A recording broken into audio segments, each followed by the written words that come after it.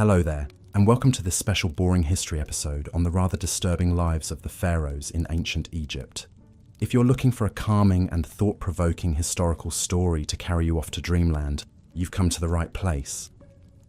Before we begin our journey back in time, I'd love to know where in the world you're listening from and what time of day it is for you right now. Feel free to leave a comment and say hello. And if you enjoy this type of relaxing, educational content, be sure to hit that subscribe button so you never miss an episode. Alright, let's set the stage, shall we? Imagine a land of golden deserts, lush river valleys, and monumental temples and tombs that pierce the vivid blue sky.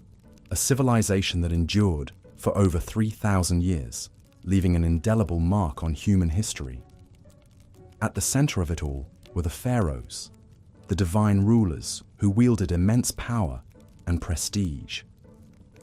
But behind the glittering facade of riches and royalty, the lives of these god-kings were often steeped in darkness, obsession, and shocking practices that may be hard for us to fathom today.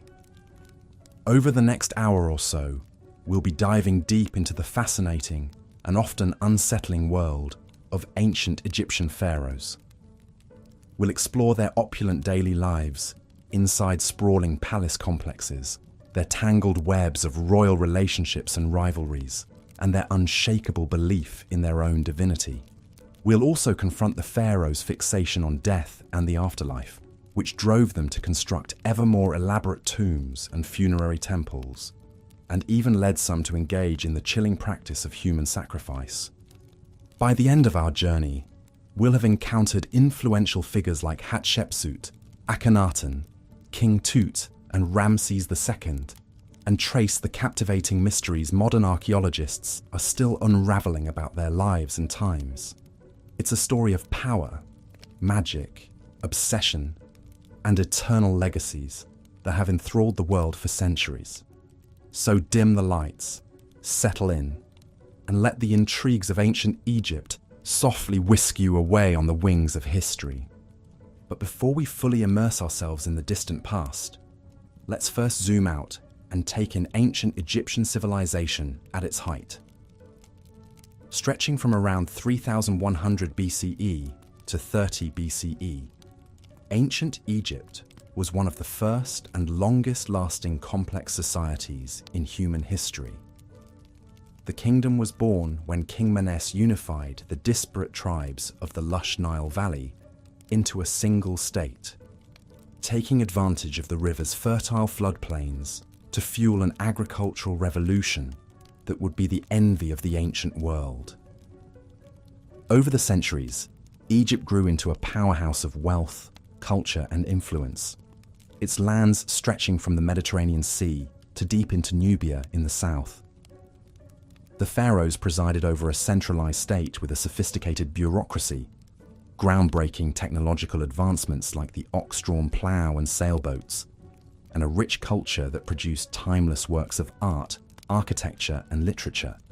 The Egyptians developed one of the world's earliest writing systems in the form of hieroglyphics, as well as a 365-day calendar that tracked the annual flooding of the Nile with uncanny precision. But perhaps their most visible and enduring achievements were the colossal monuments they left behind, the Great Pyramids, sprawling temple complexes, and subterranean tombs hewn into cliffsides. These awe-inspiring feats of engineering served to project the godlike power and prestige of the pharaohs, while also hinting at the depths of their obsession with death and eternity. For the pharaohs, this earthly life was but a prelude to a glorious and well-provisioned immortality, and they would bend immense resources and human capital to securing their share of forever. At the center of this remarkable civilization were the pharaohs themselves, the divine kings who ruled as the living embodiment of the god Horus on earth. The pharaoh was the supreme authority in all matters of state, religion, and war, wielding a level of power and influence that would be almost unimaginable today. He, or in rare cases she, was responsible for maintaining order and balance in the cosmos, placating the gods with rituals and offerings, and ensuring the prosperity and protection of the Egyptian people. But this exalted status came with a dark side as well.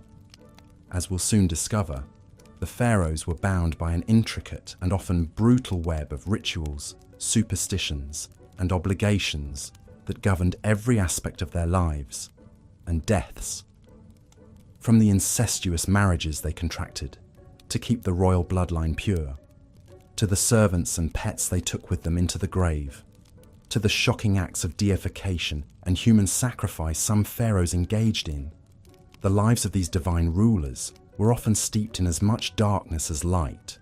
So, as we set off to explore the private lives and enduring legacy of some of history's most iconic and influential rulers, brace yourself for a journey into the captivating, beguiling, and at times disturbing world of the pharaohs of ancient Egypt. Let's begin by imagining a day in the life of a pharaoh at the height of the New Kingdom, around 1500 BCE. Dawn breaks gently over the shining limestone walls of the pharaoh's sprawling palace complex at Thebes. The king and his entourage are roused from their sleep by the soft sound of blind musicians serenading the sunrise, as barefoot servants pad silently through torchlit halls, bearing trays of delicacies to break the royal fast. In the palace's colonnaded courtyards, songbirds flit among lush gardens and burbling fountains as tame baboons and lion cubs lounge in the shade. The pharaoh emerges from his bedchamber accompanied by a coterie of body servants who have spent the last hour attending to his elaborate grooming regimen. They've shaved his head and body silky smooth to stave off lice, lined his eyes with striking kohl and green malachite, and anointed his limbs with fragrant oils and perfumes. Gold and electrum gleam at his throat and wrists, while an exquisite crown in the shape of a falcon encircles his brow, a symbol of his divine kinship with the god Horus. Thus arrayed in all his finery, the living god strides forth to begin his packed schedule of daily duties and devotions. First on the agenda is a visit to the palace shrine to make offerings and libations to the chief gods, Re the sun god, Osiris the god of the underworld, and the pharaoh's own deified ancestors. Chanting priests fill the incense-perfumed air with hymns and prayers, as the king prostrates himself before the serene painted gazes of the gods. With his religious obligations discharged, the pharaoh convenes his council to hear petitions, dispense judgments, and consult on affairs of state. Seated on a golden throne, he listens as his vizier reads out the day's business. Boundary disputes to settle, trade agreements to negotiate, construction projects to oversee. Though he solicits advice from his most trusted courtiers, the final word on all matters ultimately rests with him. The day wears on in a blur of ceremonies and spectacles designed to awe the populace and reinforce the pharaoh's divine right to rule. The king processes through the city in a magnificent chariot, the cheers of his subjects rising like a wave as he showers them with gifts of gold and grain. He officiates over the ritual opening of a new temple, driving in the first peg with a golden mallet as priests chant incantations to seal the sacred space. But even in these moments of public triumph, an undercurrent of dark superstition and obsessive ritual runs beneath the surface. The pharaoh is careful to always enter a room right foot first to ward off evil spirits. He eats only with his left hand, reserving his right for communing with the gods. And he never, ever allows his shadow to fall across a priest or a statue of a deity, lest he incur divine wrath that could bring ruin upon the kingdom. As Re's fiery orb sinks slowly toward the western horizon, the pharaoh retires to his private quarters for a few snatched moments of relaxation before the evening banquet. Lithe dancing girls sway sinuously to the strains of harps and lyres, while the king sips date wine from a golden goblet and contemplates the finer points of theology with his advisors. But even in repose, the spectre of death and eternity are never far from his mind. For the pharaoh knows that this mortal life however opulent and godlike, is but a fleeting dream compared to the glorious forever that awaits him in the field of reeds. It's why he's already poured untold resources into his tomb in the Valley of the Kings, a hidden city of the dead, where he will reign in splendor for all eternity. But first, he must navigate the tangled web of obligations and dangers that come with wearing the double crown. And nowhere are those perils more present than in his own royal household. From the day he ascends the throne, one of the pharaoh's most pressing duties is to secure the succession by producing a male heir.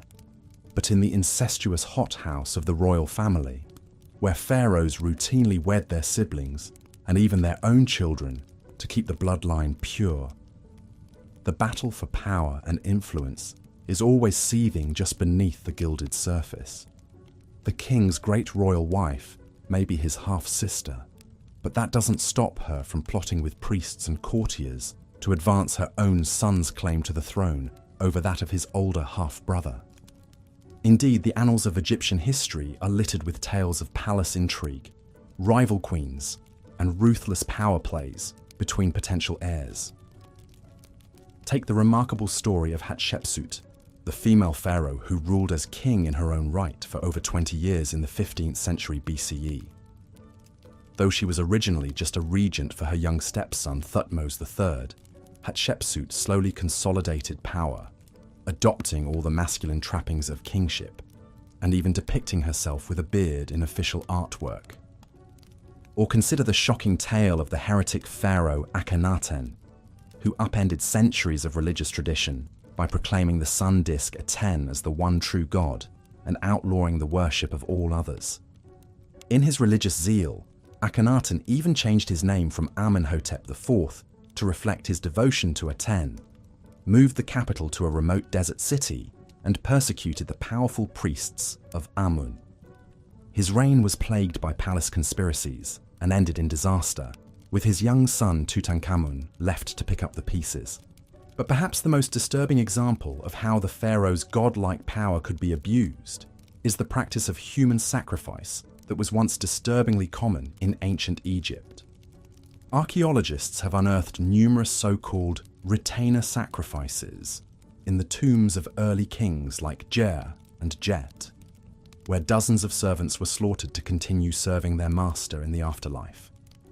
Even more chillingly, some pharaohs like Aha were buried with their pets and worldly treasures, as well as piles of human hair wigs, likely shorn from sacrificial victims.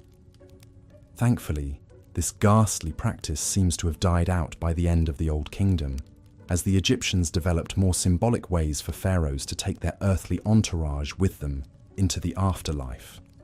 But it remains a dark stain on the otherwise glittering legacy of the pharaohs, a reminder of the unfathomable gulf that separated these divine kings from the teeming masses they ruled over. As the centuries roll on, the pharaohs continue to shape the course of Egyptian history and leave their mark in stone and story. Some, like Ramses II, known as Ramses the Great, presided over the kingdom at the height of its power and splendor, their triumphs and love lives immortalized on the walls of the temples they built to their own glory. Others, like the fabled Cleopatra VII, became entangled in the high-stakes intrigues of the wider Mediterranean world, their personal charisma and political savvy the stuff of enduring legend. But perhaps no pharaoh has captured the modern imagination quite like the boy King Tutankhamun, whose lavish tomb discovery in 1922 set off a global wave of Tutmania and turned the once obscure ruler into a household name. The dazzling treasures found in Tut's tomb, from his iconic golden death mask to the nested coffins and thrones, provided an unprecedented glimpse into the opulence and artistry of a royal burial and cemented the pharaoh's reputation as the ultimate status symbols of the ancient world.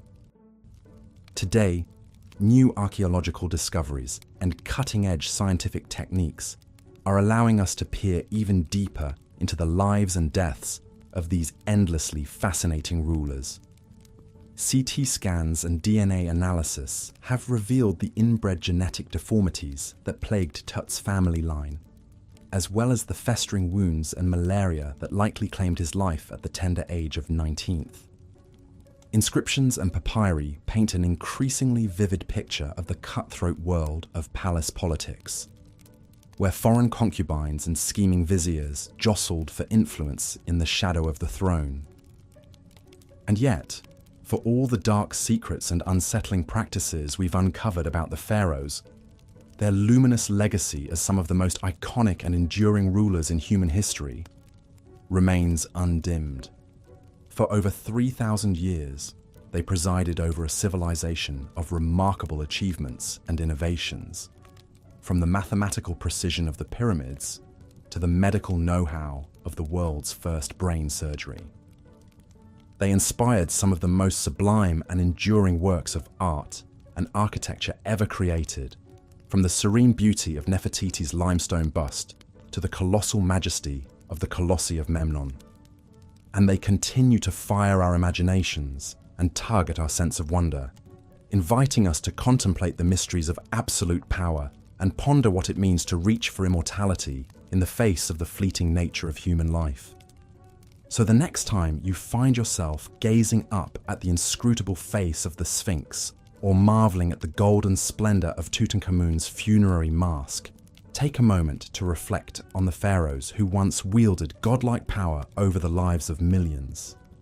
Theirs is a story of dazzling triumphs and shocking abuses, soaring monuments and chilling body counts, unimaginable wealth and existential dread in the face of eternity.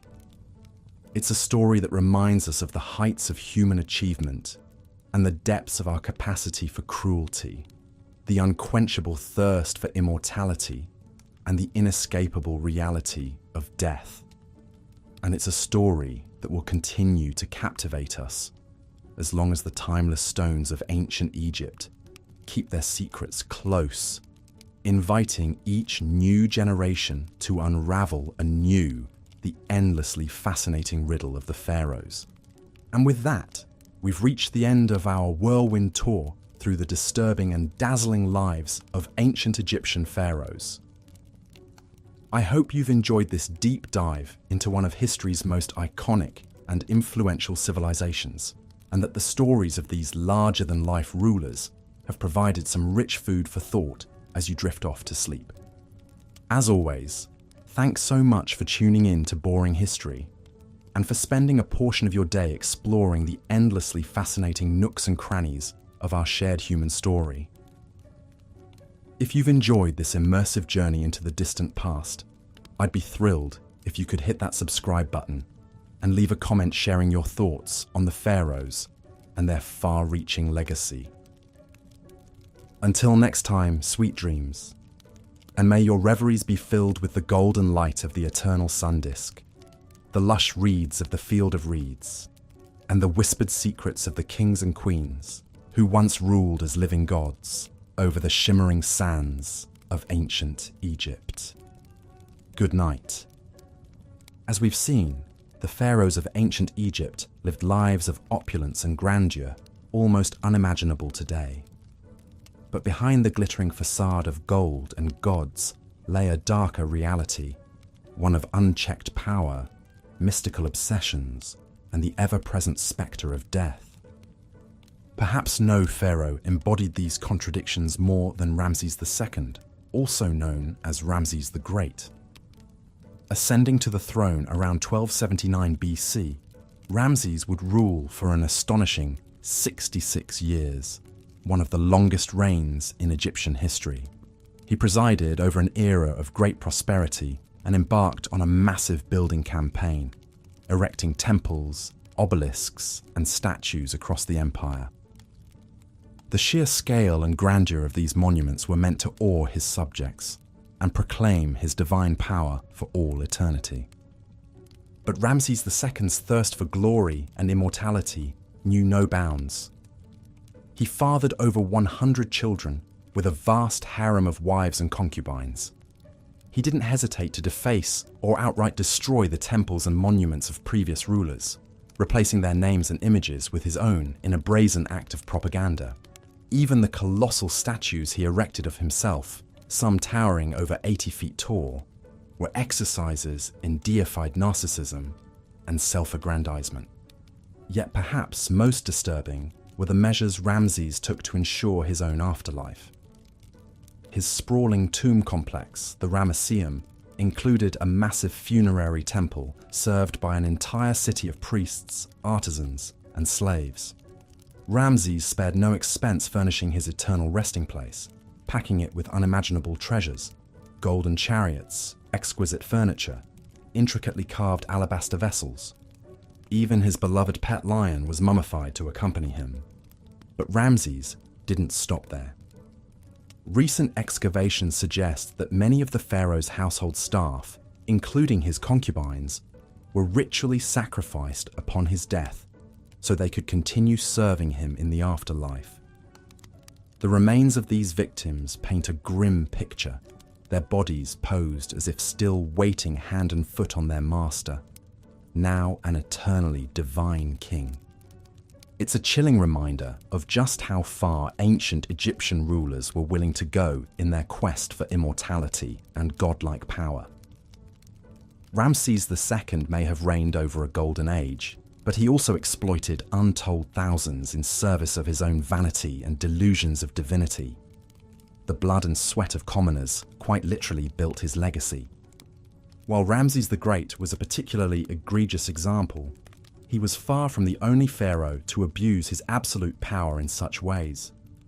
His predecessors, Amenhotep III and Akhenaten, undertook similarly ambitious and self-serving building projects. The boy king Tutankhamun was entombed with a staggering array of priceless treasures, while Cleopatra ruthlessly eliminated her own siblings to secure sole control of the throne. Time and again, the pharaohs proved that their deified status placed them above the moral laws governing ordinary Egyptians. They could upend religious traditions on a whim, take countless sexual partners, seize property and labor, even ritualize murder, all without consequence. The promise of a glorious afterlife made megalomaniacal excess not only acceptable, but almost inevitable. But in the end, the pharaohs discovered what all tyrants must, that no mortal, no matter how powerful, can escape death.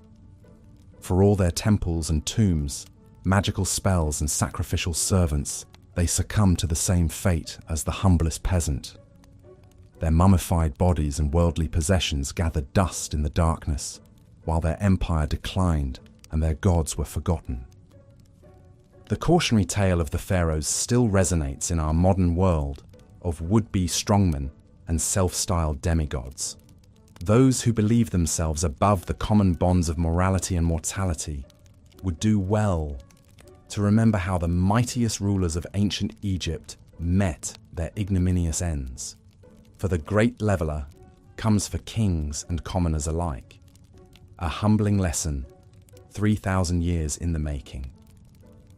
As we close this chapter on the disturbing lives of ancient Egypt's god-kings, one can't help but marvel at all that's been lost to the devouring sands of time. We may have unearthed their treasures and unraveled some of their secrets. But so much remains unknown about this captivating civilization that built wonders and banished moral constraints. Perhaps, as archaeologists chip away at the layers of history, we'll come to an even clearer understanding of the shadows behind the pharaoh's dazzling reign. A deeper knowledge of what drove these divine rulers to such heights of power and depths of depraved self-obsession. Until then, they'll continue to haunt our imaginations, spectacular, sphinx-like, cloaked in gold and mystery. We can only guess at what other chilling revelations lie buried in the Valley of the Kings, waiting to see the light of day once more. Tales of tyrants and god-kings, faded to dust and etched in eternity. A reminder that even the grandest of empires and most glorified of rulers can't escape time's inexorable march. So, as we drift off to sleep, our heads filled with gilded sarcophagi and whispering spirits, let's ponder the enduring allure of these ancient royals who held the power of life and death, heaven and earth, in their manicured hands, and be thankful perhaps that their like will never walk among us again, divine, decadent, and undone by their own towering egos. The next morning would see the pharaoh embark on his daily routine of religious duties and governing. He would first bathe in a sacred pool, or be cleansed with holy water by priests, a ritual believed to purify both body and spirit. The pharaoh was then dressed in the finest linens, adorned with regal symbols like the double crown, scepter, and crook. Each item held deep meaning, the crook representing his role as shepherd of his people, the flail his authority to punish enemies of Egypt. But even these mundane morning tasks were imbued with layers of spiritual significance. Every movement was like a carefully choreographed dance, governed by the strict rules of Ma'at, the cosmic order that held the universe together. To deviate even slightly from these divine protocols was to court chaos and risk the god's wrath. It was a heavy existential burden to bear, but one seen as absolutely essential for a living god. Once attired in his divine regalia, the pharaoh would emerge from the palace to begin his packed schedule. Often first up was a visit to the temple to make offerings to the gods and perform vital rituals. As the high priest of every temple, his role was to gratify the gods and secure their continued blessings for Egypt. He would deliver offerings, recite sacred spells, and burn incense to the cult statues in the temple sanctuary. No matter how tedious, each rite had to be performed with perfect precision. Like maintaining a cosmic engine, even the subtlest mistake could have catastrophic consequences.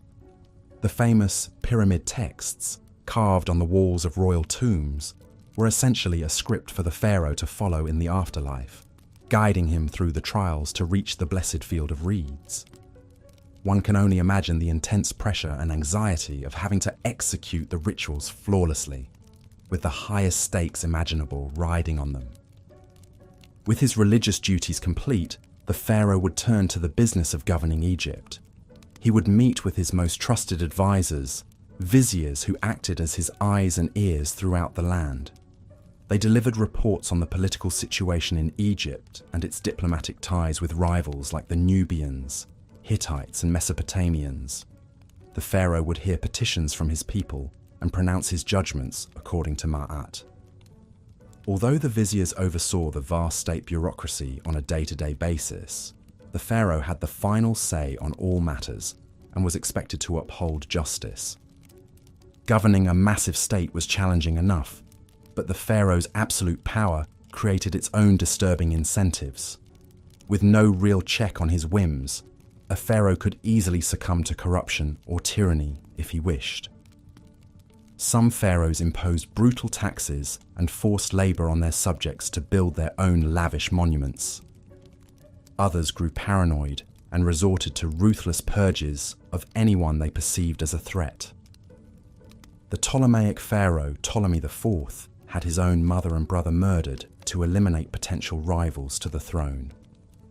With ultimate power over life and death, even the bonds of family could turn deadly. But the pharaoh's day wasn't all blood and toil. He was also entitled to enjoy the finest earthly pleasures and leisure pursuits. He might go on a hunting expedition in the desert, firing arrows from his war chariot at fleeing lions and gazelles. The hunt was seen as a metaphor for the pharaoh's triumph over the forces of chaos that constantly threatened Egypt. A successful hunt proved his vitality and warrior prowess. The pharaoh might also indulge in a board game of senet with one of his trusted courtiers. Senet was hugely popular among the Egyptian elite and even took on spiritual dimensions. Some believed the game mimicked the soul's journey through the Duat underworld, with the final squares representing the gates of the afterlife. Here again, the lines between earthly recreation and cosmic symbolism were always blurred. As Re's journey across the sky drew to a close, and shadows lengthened, the pharaoh would finally retire to his chambers after a long day of service to the two lands. But even in rest, his divine duties never ceased. The pharaoh's sleep was believed to mystically merge his Ba soul with the sun god, renewing his divine life force. It was a time of strange visions and communion with the gods, not mere repose. Enigmatic dream books have survived that were used to help interpret the pharaoh's dreams and discern divine messages in them. In one disturbing dream from the Chester Beatty Papyrus, the pharaoh Ramses II dreamt he saw Ptah, the great creator god of Memphis, standing over him with a sword. Ptah angrily chastised him for not completing his temple and struck him on his side. When Ramses awoke, he was determined to appease the wrathful deity by expediting work on the temple. Even in his own dreams, it seemed, there was no refuge from the crushing pressure of his role. The pharaoh's waking hours may have passed according to strict ritual and protocol, but his sleeping mind was an untamed landscape where deities and demons roamed freely.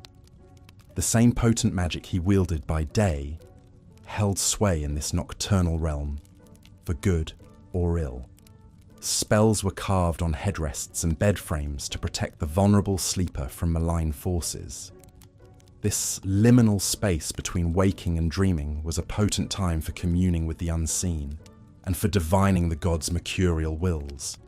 The life of a pharaoh, from sunup to sundown, was a tightrope walk between the earthly and divine, the banal and sublime.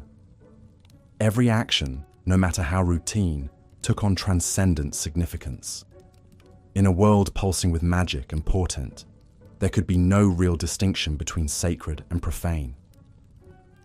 That pervasive aura of mysticism and symbolism infused the pharaoh's day-to-day existence, but also justified the absolute power he wielded. By upholding Ma'at in the material realm, the pharaoh sustained the proper order that kept the cosmos from dissolving into oblivion. But that same power also enabled the darkest impulses and excesses of human nature. The challenge for any pharaoh was to embody the lofty virtues of a god on earth, while still being fallible flesh and blood. Some managed that balancing act with justice and restraint, securing their people's prosperity and history's favor. Others succumbed to tyranny and caprice, leaving legacies forever tainted by cruelty. But whether revered or reviled, the pharaohs all shared an existence profoundly alien to our modern sensibilities, where the scope of one's actions held literally life and death stakes for an entire civilization. The pharaoh's day typically began at sunrise with a ceremonial cleansing by priests, followed by a grand procession out to the main temple for ritual offerings and worship. As a living god, this direct link to the divine was the pharaoh's most vital duty, necessary to maintain Ma'at. He would present statuettes of himself as offerings and libate wine, milk, and other precious liquids before the gods. Incense would be burned, prayers recited, and sacred magic enacted through liturgies and hymns. After the morning rituals, the pharaoh would attend to the business of state, receiving ministers' reports, settling legal cases, and issuing decrees on everything from irrigation projects to mining expeditions. He would also engage in more ceremonial duties as the day progressed, from officiating over agricultural festivals to commissioning monumental building works in his name. The pharaoh's workday was interspersed with breaks for meals, recreation, and rest. Meals were sumptuous affairs, with the pharaoh entitled to the choicest cuts of meat, the freshest produce from palace gardens, and delicacies like honey, figs, and dates. Servants would swat flies with long fans and offer water to wash. Recreation might include hunting, board games like Senet, or watching performances by musicians, dancers, and acrobats. Some pharaohs enjoyed swimming in palace pools, or taking a languorous barge ride down the Nile. But even in leisure, there was little respite from ritual and responsibility. If the pharaoh opted for a pleasure cruise, It would be aboard a gilded barge hung with fluttering pennants, rowed by crews of servants as he relaxed under a canopy with his family and courtiers. If he retired to his harem for the evening, he was still expected to spend time with his great royal wife and produce heirs to secure the dynasty. The God King's life was a goldfish bowl of relentless public scrutiny and expectation. While the pharaoh's magnificent surroundings and godlike status may seem enviable, it was in truth an intensely demanding and precarious existence. The smallest lapse in upholding Marat, whether ritual or moral, could unleash the furies of fate upon the entire land. He was like an acrobat crossing the Nile on a gossamer thread, poised between the earthly and the eternal. The burden of his office was an exhausting marathon of pageantry and weighty decisions, with the highest possible stakes in play. As the pharaoh finally retired for the evening, borne aloft on a gilded palanquin to his royal bedchamber, the day's exertions would take their toll. Falling into a dreamless sleep, he could at last slip the yoke of ritual and protocol, however briefly. In the morning, the great wheel would turn once more, and the demigod would re-emerge to greet the rising sun. But in those darkest hours before dawn, the pharaoh's chamber was a hushed sanctum of shadows and murmuring breaths, of stillness and quiet. Here, in night's forgiving embrace, he was merely human once more. Royal relationships and rivalries.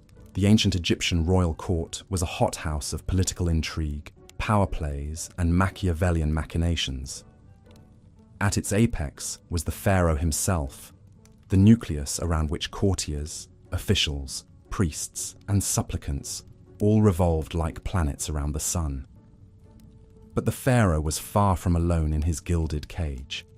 From incestuous marriages to murderous feuds, the intimate relationships and seething rivalries of the royal household were an eternal wellspring of drama to rival any soap opera.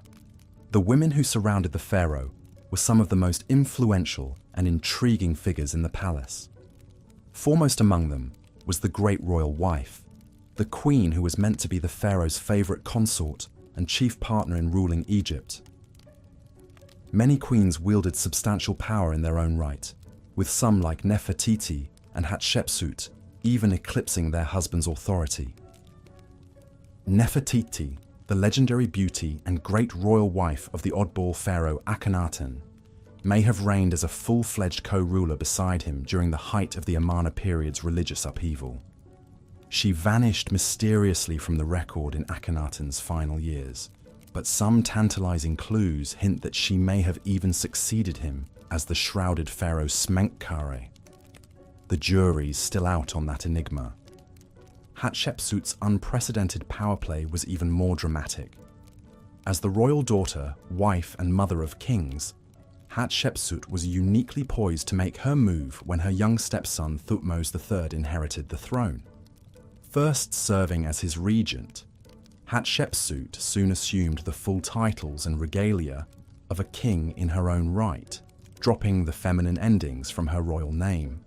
For over 2 decades, Egypt had a female pharaoh in all but anatomy, dominating a time of immense prosperity and monumental building. Only after her death did Thutmose III emerge from the shadow of his formidable stepmother. But being the pharaoh's chief wife and queen was no guarantee of an easy life.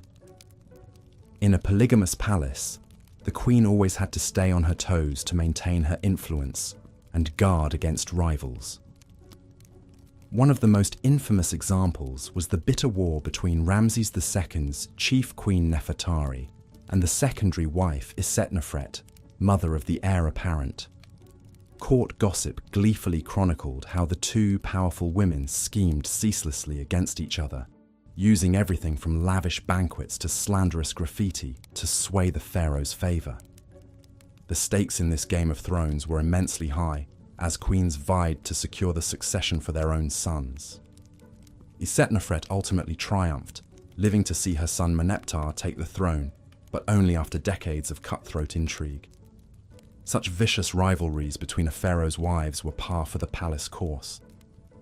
Incest was another queasy quirk of royal marriages, seen as essential to safeguarding the sacred bloodline. pharaohs often married their sisters, daughters, and even mothers in an attempt to keep the royal lineage as pure as possible. The Greek Ptolemaic dynasty took this to extremes, with the family tree knotting back on itself in a snarled tangle of repeated incestuous unions. Cleopatra VII, the most famous Ptolemy of all, was actually the product of at least 3 generations of uninterrupted brother-sister marriages. Her family seemed to be competing to rack up the most convoluted incestuous relationships, with uncle-niece and even double-sibling matches thrown in for good measure. Ironically, all this incestuous inbreeding may have produced the genetic quirks and mental instability that ultimately doomed the dynasty. But incest in the royal family wasn't just a Ptolemaic phenomenon. It was an age-old custom dating back to the mythical origins of Egyptian kingship itself. The pharaoh was seen as the earthly embodiment of Horus, the divine son of Osiris and Isis, a brother-sister pair who also happened to be husband and wife. By emulating the gods' incestuous marriage, the pharaoh was upholding the cosmic order and literally following in the footsteps of the gods. Of course, such sibling marriages must have taken a heavy toll, both psychologically and genetically. The famous Tutankhamun was the sickly, short-lived product of an incestuous match between Akhenaten and his sister. His congenitally deformed foot and cleft palate point to the deleterious effects of inbreeding. But to the ancient Egyptians, purity of blood was far more important than genetic diversity. Incest was therefore not a taboo, but a sacred tradition. If rivalries between wives were vicious, those between potential heirs could be downright murderous. Primogeniture was not a hard and fast rule in ancient Egypt, meaning that any son or even daughter of the pharaoh could potentially make a play for the throne. This often led to cutthroat power struggles and grim succession crises as rival princes schemed to eliminate their competitors. One notorious example was Amenemhat I, the founder of the powerful 12th dynasty. An advisor to the previous king, Amenemhat launched a successful coup and had himself crowned as the new pharaoh. But his reign was plagued by constant conspiracies and assassination attempts, as rival factions jockeyed for power. His own harem even launched a shadowy plot against his life, creeping into the royal bedchamber with daggers drawn. Amenemhat only survived by the intervention of his loyal guards, fighting them off nearly naked. So shaken was Amenemhat by his brush with death that he took the unprecedented step of crowning his son, Senusret I, as co-pharaoh during his own lifetime. By securing the succession early, Amenemhat aimed to stave off further intrigues and smooth the transfer of power. Realpolitik trumped tradition. Amenemhat's instructions to his son, a treatise on effective kingship, reflect his embattled cynicism. Be on your guard against all subordinates, because you cannot be sure who is plotting against you. Perhaps the ultimate example of a royal rivalry turned deadly was the grim fall of Ramses III, the last great pharaoh of the New Kingdom. Court records paint a sordid picture of a geriatric pharaoh with a harem of hundreds, riven by factionalism as rival wives schemed to put their sons on the throne. One wife, Tiye, hatched an audacious plot to assassinate Ramses and crown her son Pentawere in a coup. The conspiracy was uncovered at the 11th hour, but not before a bloody skirmish between guards loyal to Tiye and those protecting the pharaoh. In the end, Ramses' own throat was slit, likely by an assassin who wormed his way into the royal harem. The king lingered just long enough to appoint his designated heir and round up the ringleaders of the failed coup. In a grisly epilogue, the chief conspirators were forced to commit suicide, while the hapless Pentawere was brutally executed and denied proper burial. Even in death, royal rivalries refused to rest. Such ruthless intrigues and lethal power plays were all too common in the pharaoh's court, where the knives were perpetually out. Trust and loyalty were luxuries few could afford, with even family members potential enemies vying for position. Caught in this tangled web of shaky alliances and seething resentments, the pharaoh had to walk a razor's edge, vigilantly balancing factions while watching his own back. Heavy was the head that wore the double crown. Gods on earth, the pharaoh as divine ruler. More than mere monarchs, the pharaohs of ancient Egypt were living deities, straddling the boundary between the earthly and divine. Each pharaoh was seen as the embodiment of Horus, the falcon-headed sky god, and the son of the great sun god Re, Az. The practice of retainer sacrifice, also known as retainer burial, was one of the most chilling customs in ancient Egypt. The idea was that servants, both human and animal, who attended the pharaoh in life, would continue to serve him in death and the afterlife. This was seen as an honor, to accompany one's king for eternity. But to our modern sensibilities, it's a staggering loss of life in the name of royal luxury. Some of the earliest evidence of retainer sacrifice comes from subsidiary graves around the royal tombs of the First Dynasty pharaohs at Abydos. These subsidiary graves contain the remains of servants, as well as food, furniture, jewelry, and tools, all the things deemed necessary to serve the pharaoh in the afterlife. The tomb of King Djer is a striking example. Excavations revealed 318 subsidiary burials around his tomb, with servants' bodies arranged in neat rows, believed to have been sacrificed upon Djer's death. Even more unsettling are the animal sacrifices found in pharaonic tombs. Many kings were buried with their beloved pets to keep them company, hunting dogs, cats, monkeys, gazelles, and more. But some animal graves are on a whole different scale. The tomb of King Horahar contained 10 donkeys that had carried his funeral gifts. King Nama's tomb held 10 dogs. The First Dynasty pharaoh Waj was even buried with no less than 12 baboons, creatures considered sacred to the god Thoth. But perhaps the most bizarre burial good of all was human hair, lots and lots of it. Archaeologists uncovered a staggering 30 million animal mummies and 80 tons of human hair in a series of vast catacombs beneath the Temple of Anubis at Saqqara. Much of this hair is believed to have been shorn from servants and offered to the jackal-headed god of embalming as a plea for the deceased pharaoh's safe journey to the afterlife. As staggering as these numbers are, it's important to note that human sacrifice was not constant throughout ancient Egyptian history. It seems to have been practiced only in the early dynastic period, phasing out as mummification and more symbolic burial goods took precedence. By the time of the New Kingdom, human sacrifices had disappeared, replaced by Shabti figurines meant to magically come alive and act as servants in the afterlife. Still, those early royal tombs with their grim galleries of subsidiary burials leave a lasting and haunting impression.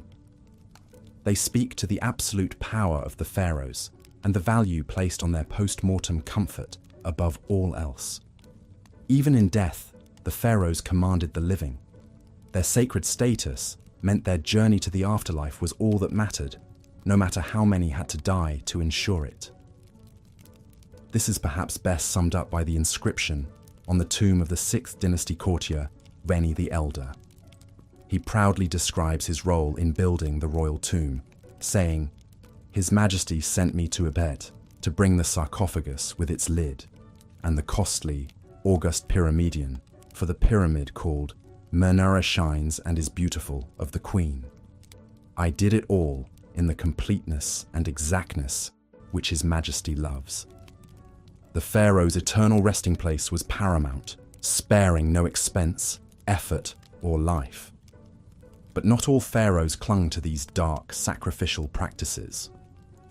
The reign of Akhenaten, the controversial king who upended Egyptian religion by worshipping only the sun disk Aten, is notable for its lack of evidence of human sacrifice. Akhenaten moved the capital to a new city, Akhetaten, known today as Amarna. Here he built a royal tomb with no subsidiary graves, perhaps signaling a shift in funerary customs to match his religious reforms. However, Akhenaten's changes were short-lived.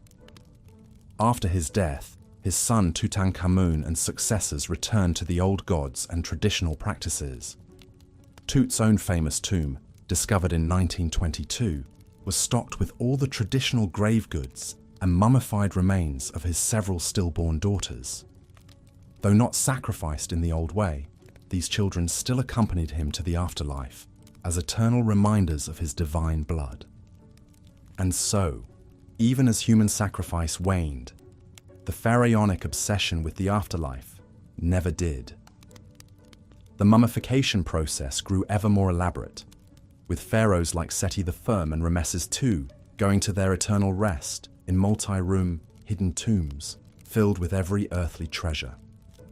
They were still meant to live forever as gods among the gods, even if their retinue of ghostly servants was now rendered in wood, clay, and stone, rather than flesh and blood.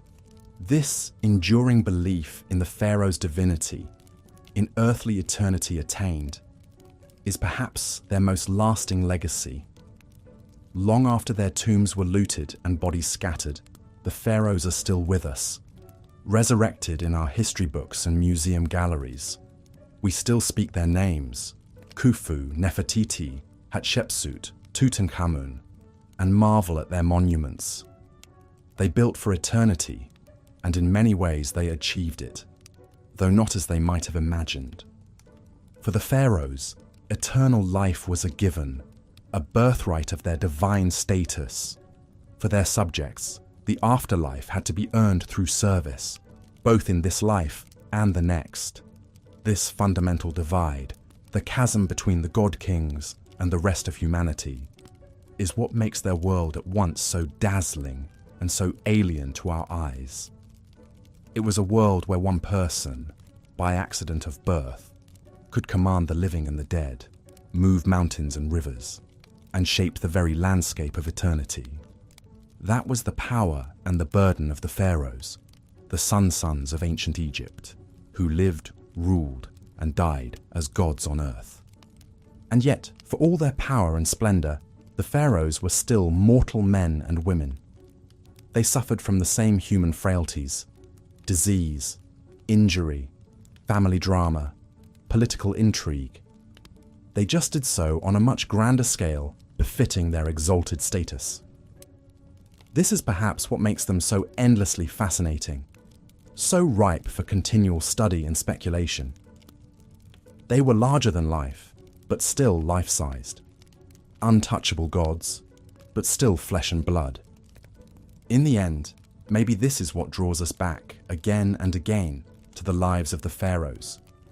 They built the pyramids and great sphinx, grand temples and hidden tombs, but they also loved their children, mourned their dead, and hoped for eternity. They were both extraordinarily powerful and extraordinarily human. And that, more than any monument or mummy, is their most enduring legacy. The reminder that even the most exalted among us are still one of us. Even a pharaoh, beneath the crowns and finery, the incense smoke and chanting priests, was still a person making their way in the world, looking ahead to the next. The ancient Egyptians believed that to speak the name of the dead was to make them live again. Perhaps then, we are all part of the pharaoh's afterlife, every time we tell their stories, ponder their lives, and marvel at their works. They built their tombs and pyramids to last till the end of time, and in doing so, they built themselves into the very bedrock of our history. The pharaohs may be gone, but they are not forgotten. They live on in our collective memory, as real and vivid as the paint on their tomb walls. And so we keep them, and their extraordinary, disturbing, dazzling world, alive, now and for all eternity. And so we lay the pharaohs to rest, as they were laid to rest so long ago, with reverence, with wonder, and with the whisper of their names echoing down through the ages. Sleep well, god-kings and queens of the Nile. May your car endure, your bar take flight, and your stories be told for all time. And thank you, dear listener, for accompanying us on this journey into the distant past. May the peace of the pharaohs be with you, and may your dreams be as sweet as the lotus blossoms on the Nile. Good night. The immense power and influence wielded by the ancient Egyptian pharaohs is truly mind-boggling to contemplate, even thousands of years later. As both divine figures and absolute monarchs, these god-kings lived lives of luxury and excess that would be unimaginable to the average person. But hand in hand with their privileged status came a darker side, one full of deadly intrigues, power-hungry machinations, and disturbing practices that reveal the heavy burden and often twisted realities of sitting on the throne of Egypt. It was a gilded cage in many ways. Take, for example, the pharaoh's daily routine. While it may have been filled with the finest foods, servants attending to every whim, and leisurely pursuits like hunting, boating, and board games, it was also rigidly prescribed by religious duties and superstitious rituals. Every aspect was governed by a desire to maintain Mat, the proper order of the universe. So a pharaoh couldn't simply wake up and do as he pleased. There were temple rites to perform, offerings to make, and a pantheon of gods to appease. The Egyptians believed that the pharaoh had to carry out these rituals in order for the cycles of nature, like the life-giving Nile floods, to continue. That's a heavy responsibility to bear. Even the pharaoh's personal grooming was laden with meaning. Washing in sacred water from the Nile, shaving their heads and donning copious amounts of perfume, makeup and jewelry wasn't just about vanity. It was a way of setting themselves apart, of embodying the divine on earth. And it didn't stop at appearances. Practically every minute of a pharaoh's day was scheduled and accounted for, from petitions and offerings in the morning to touring building projects and consulting with advisors in the afternoon. Even their moments of rest and leisure in the evening were shaped by tradition and the need to be seen as more than human. The pressure to live up to this superhuman ideal must have been immense, and it bred more than a few pharaohs who, drunk on power and self-aggrandizement, took things to dark and disturbing extremes in their quest to be the supreme ruler on both earth and in the afterlife. You can see this most clearly perhaps in the kind of megalomaniac building projects that pharaohs undertook. Not content with your average tomb or memorial temple, some commanded their subjects to toil for decades on massive, glorious monuments to themselves. The Great Pyramid of Giza, one of the 7 wonders of the ancient world, is a perfect example. This was commissioned by the pharaoh Khufu around 2550 BC. Standing over 480 feet tall and comprised of over 2 million limestone blocks, it was the tallest man-made structure in the world for almost 4,000 years. The logistics and labor that went into building Khufu's pyramid are staggering to contemplate. Stones weighing an average of over 2 tons had to be quarried, transported, and assembled with absolute precision using only primitive copper chisels, bronze saws, wooden rollers and sleds, ramps, levers, and pulleys. Experts estimate it took over 20,000 workers and as long as 27 years to complete. And for what? All to house the corpse of one man and ensure his safe passage to the afterlife. It's an astounding, and some would say appalling, display of power and self-aggrandizement. Not to mention that life was incredibly harsh for the armies of workers who built pyramids like Khufu's. They may not have been slaves, as popular lore often suggests, but the back-breaking work took a serious toll. Scans of skeletal remains from the workers' cemetery show high rates of arthritis, injuries, and stress. Pyramid building eventually fell out of favor, perhaps becoming too costly and time-consuming even for the pharaohs. But the rich and powerful still found other ways to flaunt their wealth in the face of death. Take King Tutankhamun, the famed boy king who ruled in the 14th century BC. While he died young and had a relatively short reign, his golden death mask and opulent grave goods have become enduring symbols of ancient Egypt's wealth and splendor. When Howard Carter unsealed King Tut's small tomb in 1922, he found room after room stuffed to the brim with a dazzling array of over 5,000 priceless objects. Golden shrines, jewel-encrusted chests, intricately carved furniture, chariots, clothes, perfumes, and even food and wine to sustain Tut in the afterlife. The sensational discovery ignited a wave of Tutmania around the world and introduced millions to the glories of ancient Egypt. But it also highlights the phenomenal excess enjoyed by the pharaohs, even the minor ones like Tutankhamun. Some rulers took it even further, burying loyal subjects with them to serve them in death as they had in life. This is a practice known as retainer sacrifice, and evidence for it has been found in some of the earliest royal tombs, going back to the first dynasty around 3000 BC. In tombs at the royal burial ground of Abydos, archaeologists discovered the remains of court officials, servants, and even dogs arrayed around the pharaoh's sarcophagus and subsidiary graves. It seems these unlucky attendants were sacrificed to continue their duties in the afterlife, a disturbing reflection of how much the pharaoh's power extended beyond the grave. Thankfully, this practice seems to have largely died out by the Old Kingdom period, but the fact that it was ever condoned at all is a chilling reminder of the absolute godlike power ancient Egyptians invested in their kings.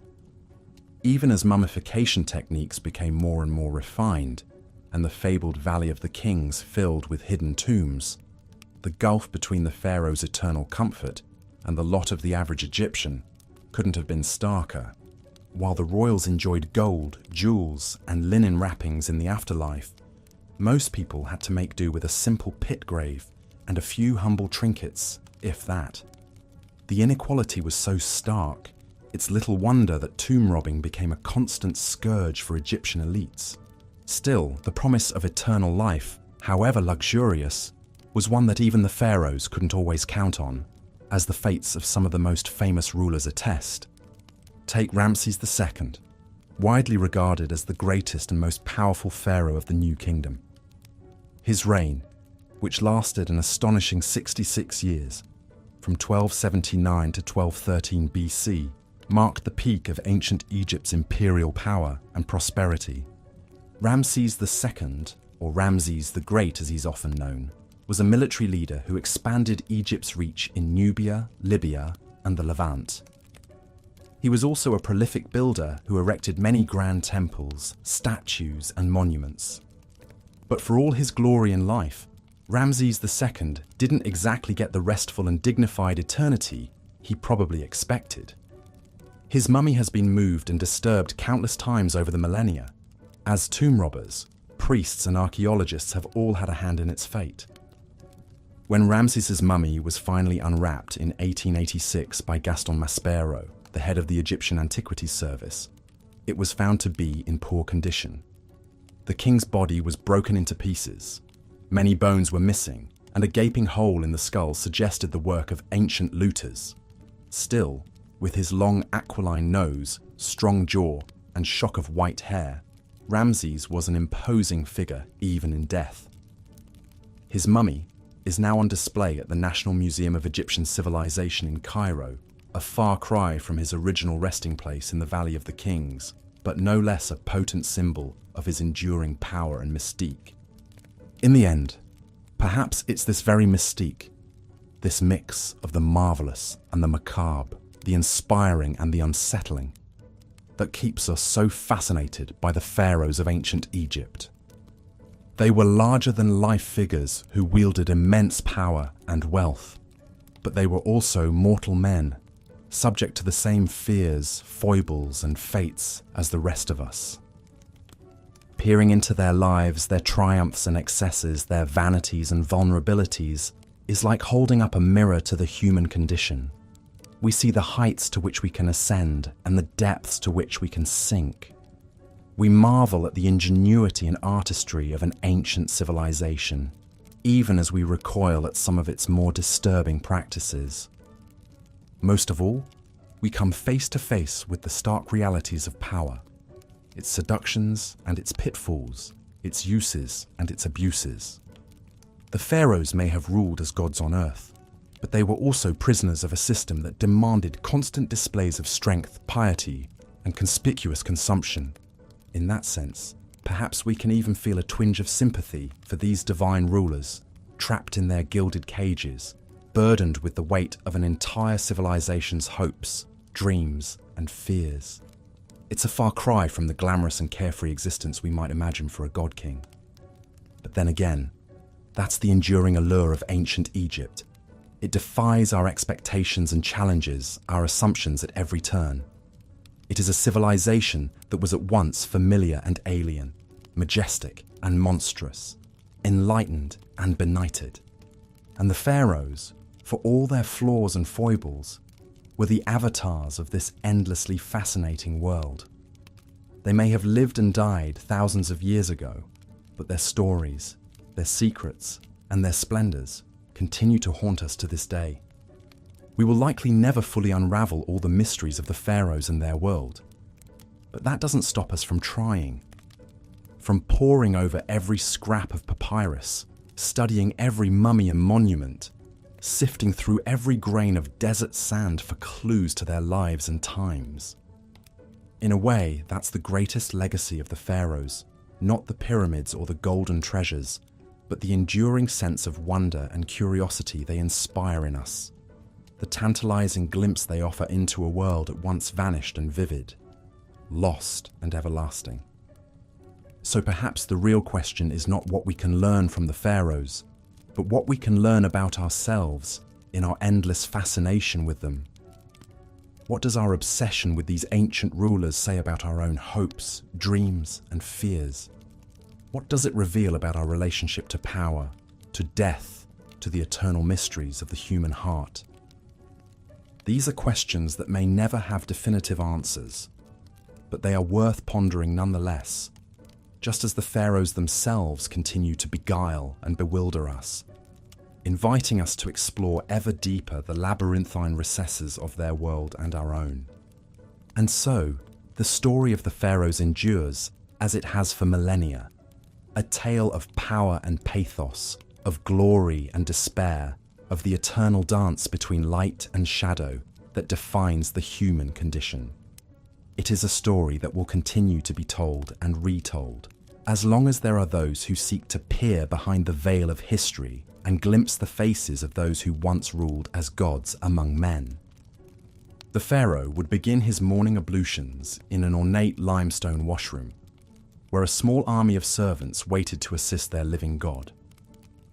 First, they would delicately wrap him in fine linen towels and escort him to a gleaming copper bathing tub filled with water, lotus flowers floating on the surface.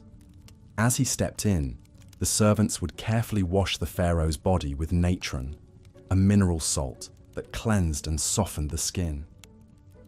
They paid special attention to his hands and feet, gently scrubbing away any dirt or impurities. After bathing, the pharaoh would be dried off, and a servant would appear bearing a tray of fragrant oils. With practiced motions, he would anoint the king from head to toe, massaging the oils into his skin until it glowed. These sacred unguents, in scents of myrrh, frankincense, and cinnamon, were believed to have magical protective properties, shielding the pharaoh from evil spirits and misfortune.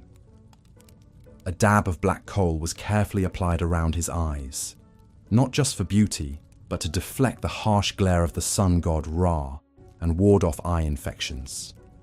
Next came the pharaoh's iconic regalia, the crowns, scepters, and jewels that denoted his supreme status. Every item was imbued with layers of religious and political symbolism. The distinctive double crown, for example, represented the unification of Upper and Lower Egypt under the pharaoh's divine rule. A designated servant would reverentially lift the lapis lazuli and gold headdress and place it atop the king's head, taking great care to arrange it just so. Then would come the crook and flail, implements of kingship often depicted crossed over the pharaoh's chest in art and sculpture. The crook symbolized his role as shepherd of his people, while the flail represented his ability to mete out punishment to enemies of the state. Once adorned, the pharaoh would emerge from his chambers to greet the day, a glittering vision inspiring both reverence and terror. But this was only the beginning of a grueling daily routine that left little room for rest. First on the agenda was worship and offering rituals at the temple, where the pharaoh would honor the gods and elevate his own divine status. At the heart of every Egyptian temple was the inner sanctum where a statue of the chief god resided. Only the pharaoh and the high priests were allowed to enter this sacred space and perform the daily rites. The king would prostrate himself before the god's image, reciting prayers and burning incense. He would present lavish offerings of food, drink, clothing, and jewelry, symbolically giving the god all the best produce of the land. In return, the deity would bestow divine favor and protection on Egypt and empower the pharaoh to rule wisely and defeat his enemies. This sacred transaction between the king and the gods was the bedrock of Egyptian cosmic order. But it was also a daily reinforcement of the pharaoh's precarious position. His people believed his piety and right conduct literally sustained the cycles of the sun, the Nile floods, and the agricultural bounty of the kingdom. It was a heavy responsibility to shoulder day in and day out. With his religious duties complete, the pharaoh would begin the real work of governing, a task he largely delegated to his most trusted advisors. The pharaoh's prime minister, known as the vizier, oversaw the sprawling administrative apparatus that kept the kingdom running smoothly. A huge bureaucracy of scribes, tax collectors, and local officials managed everything from recording the Nile flood levels and grain harvests to dispensing justice in the courts. But the pharaoh was expected to take an active role in decision-making on key issues like diplomacy, trade, and monumental building projects. He would consult with his advisors in an audience chamber, seated on a golden throne flanked by statues of the falcon god Horus and the cobra goddess Wadjet. Painted on the walls around him were scenes of the pharaoh smiting foreign enemies and offering to the gods, potent reminders of his larger-than-life duties. Seated at his feet on a dais would be his great royal wife, the queen who bore the next heir to the throne. The vizier and other courtiers would bow low before the royal couple, hands raised in supplication, awaiting their orders.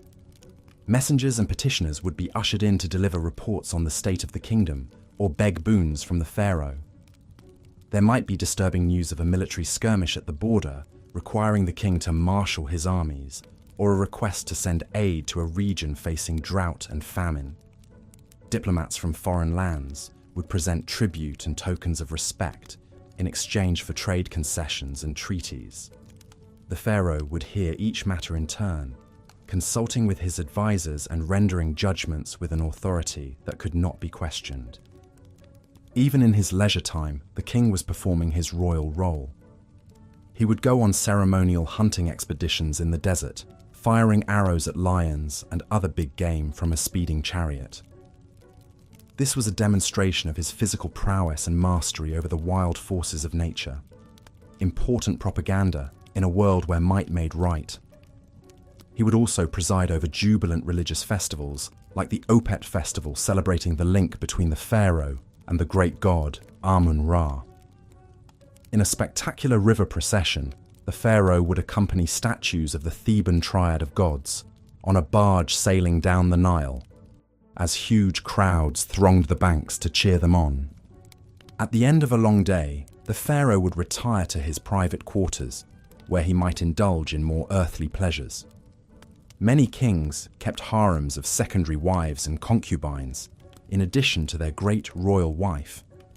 These women lived in a separate palace area, visited by the pharaoh whenever he desired. Some pharaohs, like Amenhotep III and Ramses II, had over 100 children from multiple wives, an extensive royal brood seen as a sign of the king's virility and divine favor. But even in these intimate moments, there was no escaping the religious and ritual significance woven through every aspect of the pharaoh's life. Having intercourse with his wives wasn't just a sexual act. It was a sacred rite reenacting the creation of the cosmos by the gods. the pharaoh was expected to perform in the bedroom just as he did on the throne and the battlefield. And the women who shared his bed, while pampered and privileged, also faced intense pressure to produce royal heirs, preferably sons. The stakes were high in a world where the succession of divine kingship was paramount. As the pharaoh drifted off to sleep, no doubt exhausted by the burdens of his exalted station, he could only hope that his efforts had pleased the gods and kept the forces of chaos at bay for another day. Tomorrow would bring new challenges, new opportunities to prove his worth as the living embodiment of divine order on earth. It was a relentless cycle, but one that each pharaoh was born and raised to fulfill, no matter the cost. Such was the disturbing life of these god-kings who ruled over ancient Egypt for 3,000 years. Of course, even the most revered pharaohs were only human under all the divine trappings, and behind the palace walls, royal family drama seethed, often with devastating consequences. Rivalries between a pharaoh's wives were common, as each competed to have her son named heir to the throne. These feuds took on legendary proportions in some cases, like the rivalry between Ramses II's wife Nefertari and his secondary consort Isetnofret. Nefertari, whose beauty and influence were so great she was known as the one for whom the sun shines, had borne Ramses several sons, but none had survived to succeed him. Isetnofret saw her chance to install her own son, Meneptah, as crown prince, and worked to undermine Nefertari at every turn. The struggle came to a head when Nefertari's tomb was vandalized, her image hacked out of the wall reliefs in a blatant attempt to erase her from history and memory. Many suspected Isetnofret was behind the desecration, though nothing could be proven. In the end, despite Nefertari's unrivaled status, it was Isetnofret's son Merneptah who took the throne after Ramses' death. Such was the Game of Thrones played out in the pharaoh's court, where even the most beloved consort could fall victim to the ruthless machinations of her rivals. Even more scandalous were the rare but documented cases of incest within the royal family. The pharaohs believed their divine blood had to be kept pure at all costs, even if that meant marrying their siblings or even their own children. This practice may have reached its disturbing apex with the curious case of Akhenaten, the rebel pharaoh who upended centuries of religious tradition by proclaiming the sun disk Aten as the one true god. Akhenaten was already a strange and enigmatic figure, depicted in art with an elongated skull, spindly limbs, and feminine hips that have long puzzled scholars. But even more shocking was his unconventional choice of chief wife and queen, his own daughter, Ankhesenamun.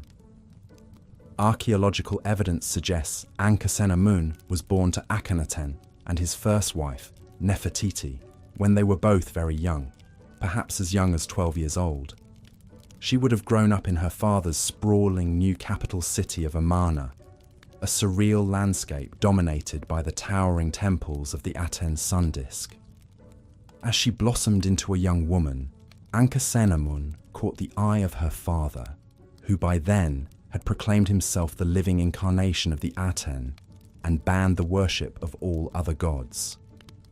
In a move that must have scandalized the court, Akhenaten took his teenage daughter as his great royal wife, the pharaoh's consort who would rule by his side and bear his children. The union was immortalized in a series of intimate portraits carved into Amarna's limestone cliffs, showing the couple locked in romantic embraces, their bodies intertwined. These scenes, almost pornographic by ancient Egyptian standards, suggest an erotic charge to the relationship that went beyond mere dynastic calculation. What Ankhesenamun herself thought of her fate, we can only imagine. As a royal princess, she would have had little say in the matter. Ankhesenamun herself thought of her fate, we can only imagine. As a royal princess, she would have had little say in the matter. The marriage produced at least 2 daughters, but no surviving sons to inherit Akhenaten's throne. When the heretic pharaoh died after a 17-year reign, the Amarna experiment died with him. The old gods were restored, his capital abandoned, and his name erased from the king lists. The young widow Ankhesenamun vanished from the record. Her astonishing story buried until Amarna's ruins were rediscovered in the early 20th century. She has since become an object of fascination and speculation for historians, a symbol of the disturbing lengths to which some pharaohs would go to protect their godly bloodlines. Such was the strange and secretive world of the pharaoh's royal family, a hothouse of intrigue and power struggles played out against the backdrop of divine kingship.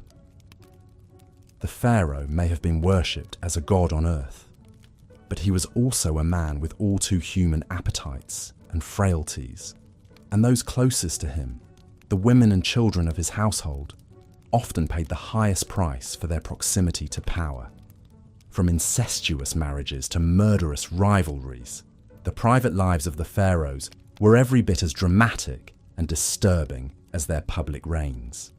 But for all the darkness and dysfunction lurking behind palace walls, the pharaohs never lost sight of their ultimate obsession, their own divinity and immortality.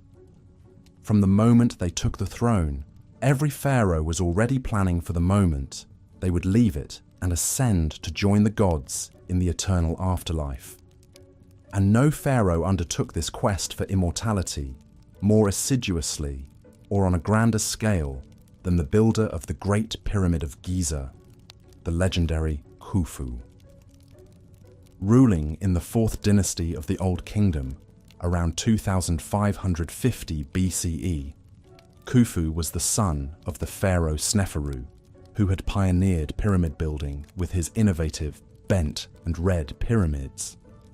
But Khufu was determined to outdo his father and erect a monument that would stand the test of eternity.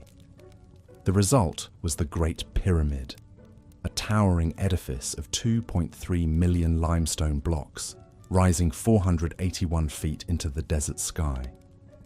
Even today, it remains the largest single building ever constructed by human hands, a testament to one man's monumental ego and the extraordinary lengths he would go to achieve immortality. The Great Pyramid was more than just a tomb. It was a resurrection machine designed to harness the power of the sun god Ra and the magic of Egyptian engineering to launch Khufu's spirit into the cosmic realms of the gods. Every aspect of its design was suffused with religious symbolism and funerary spells from the pyramid texts, the oldest sacred writings in Egypt. The pyramid's smooth, angled sides were clad in polished white limestone that would have made it shine like a giant prism in the desert sun, a radiant beacon guiding Khufu's soul to the heavens. Inside, a series of narrow, ascending and descending passages led to the king's burial chamber, deep in the heart of the pyramid. This was the most sacred space of all, where Khufu's mummified body would rest in a granite sarcophagus surrounded by all the treasures and supplies he would need for the afterlife. The chamber was a marvel of precision engineering, its walls lined with massive granite blocks fitted so tightly you couldn't slip a piece of paper between them. This was meant to seal the king's body and possessions away from thieves and intruders for all eternity, a secure staging ground for his journey to immortality. But building such a monumental tomb came at a staggering cost, both in resources and human lives. The Great Pyramid required a workforce of skilled masons, engineers and labourers on a scale never before seen in Egypt. Contrary to popular belief, these were not slaves but paid workers, many of them peasant farmers recruited during the annual Nile flood when their fields were underwater. They laboured in grueling conditions under the desert sun, hauling massive blocks of limestone up ramps and lever systems to construct the pyramid layer by meticulous layer. Overseeing this vast operation was the pharaoh's cousin Hemiunu, the royal architect who had designed the pyramid and now managed its construction like a military campaign.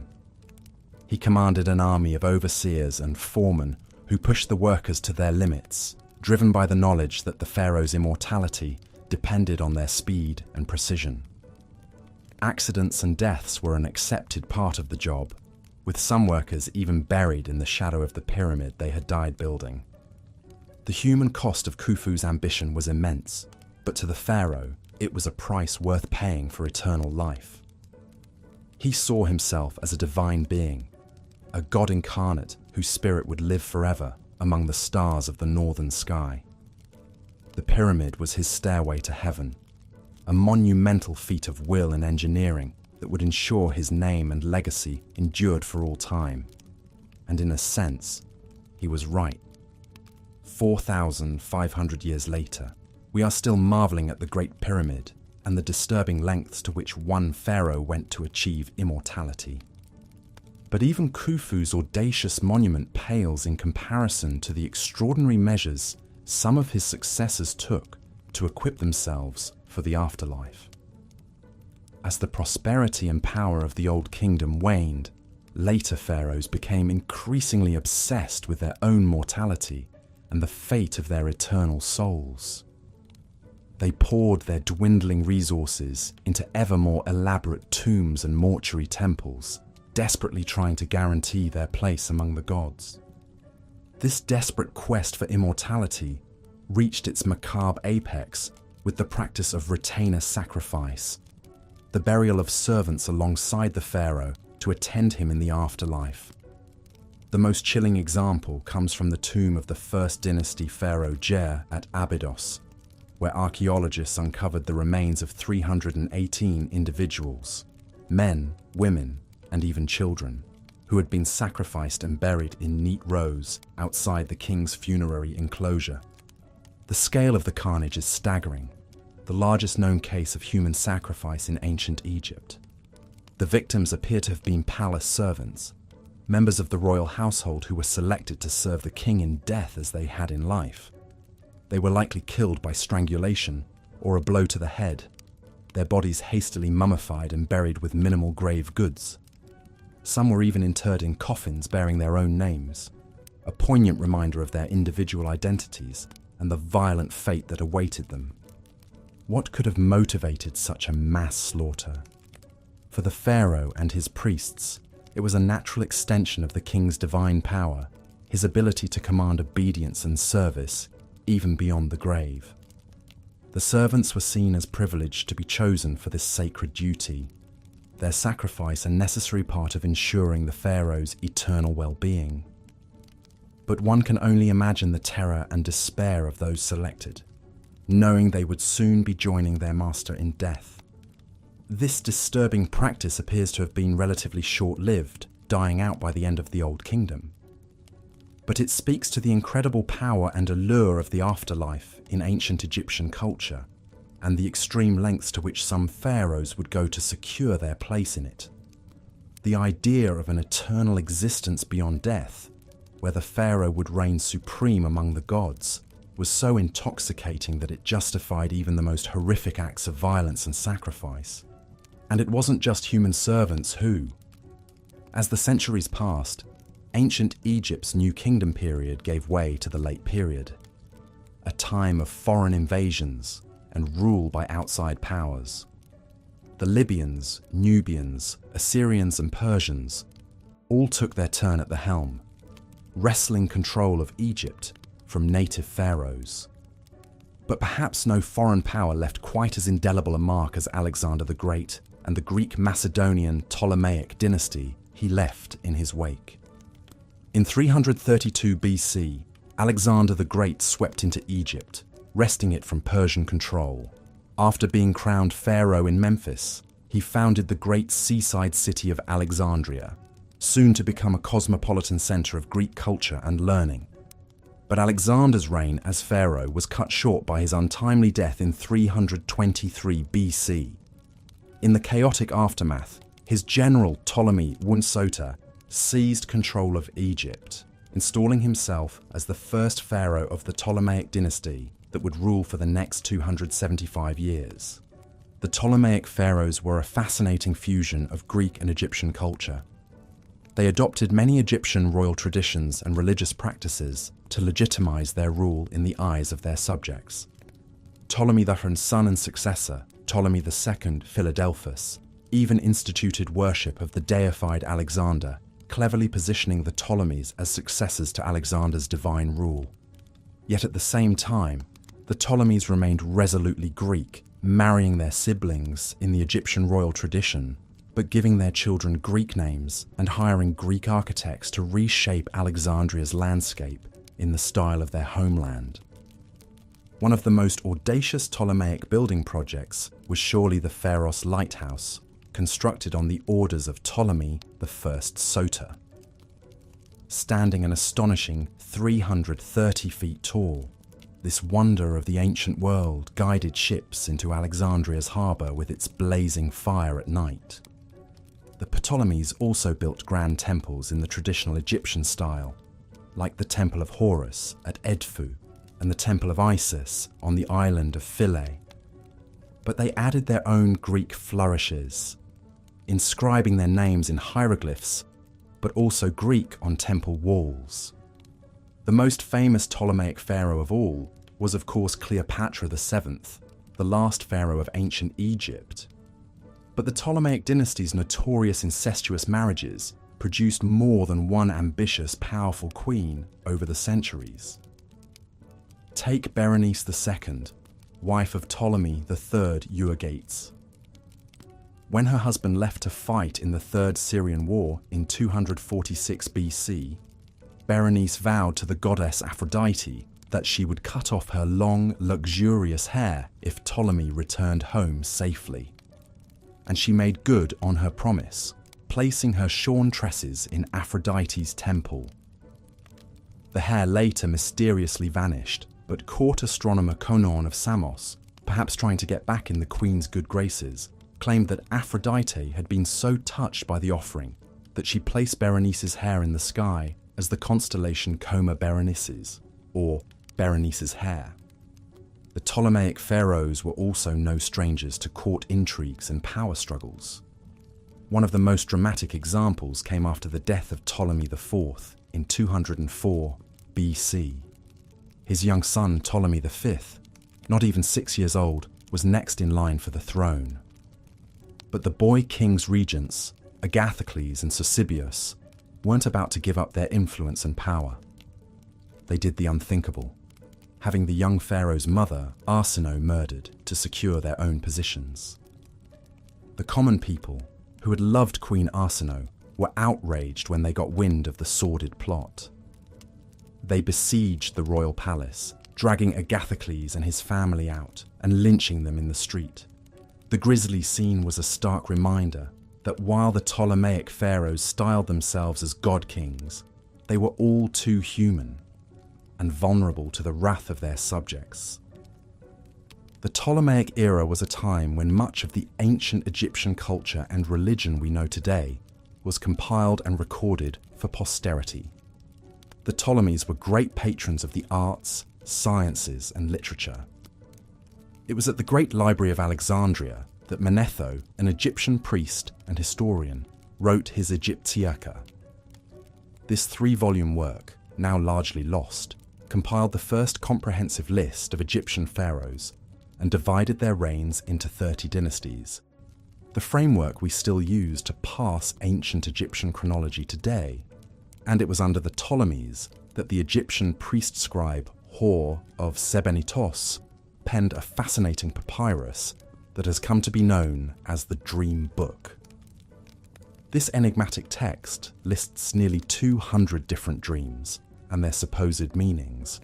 Some are rather mundane, like dreaming of eating figs, indicating the dreamer will come into money. But others are more sinister omens, like dreaming of being burned alive, signaling great danger ahead. The Ptolemaic dynasty ended with the tragic demise of its most famous queen, Cleopatra VII, in 30 BC.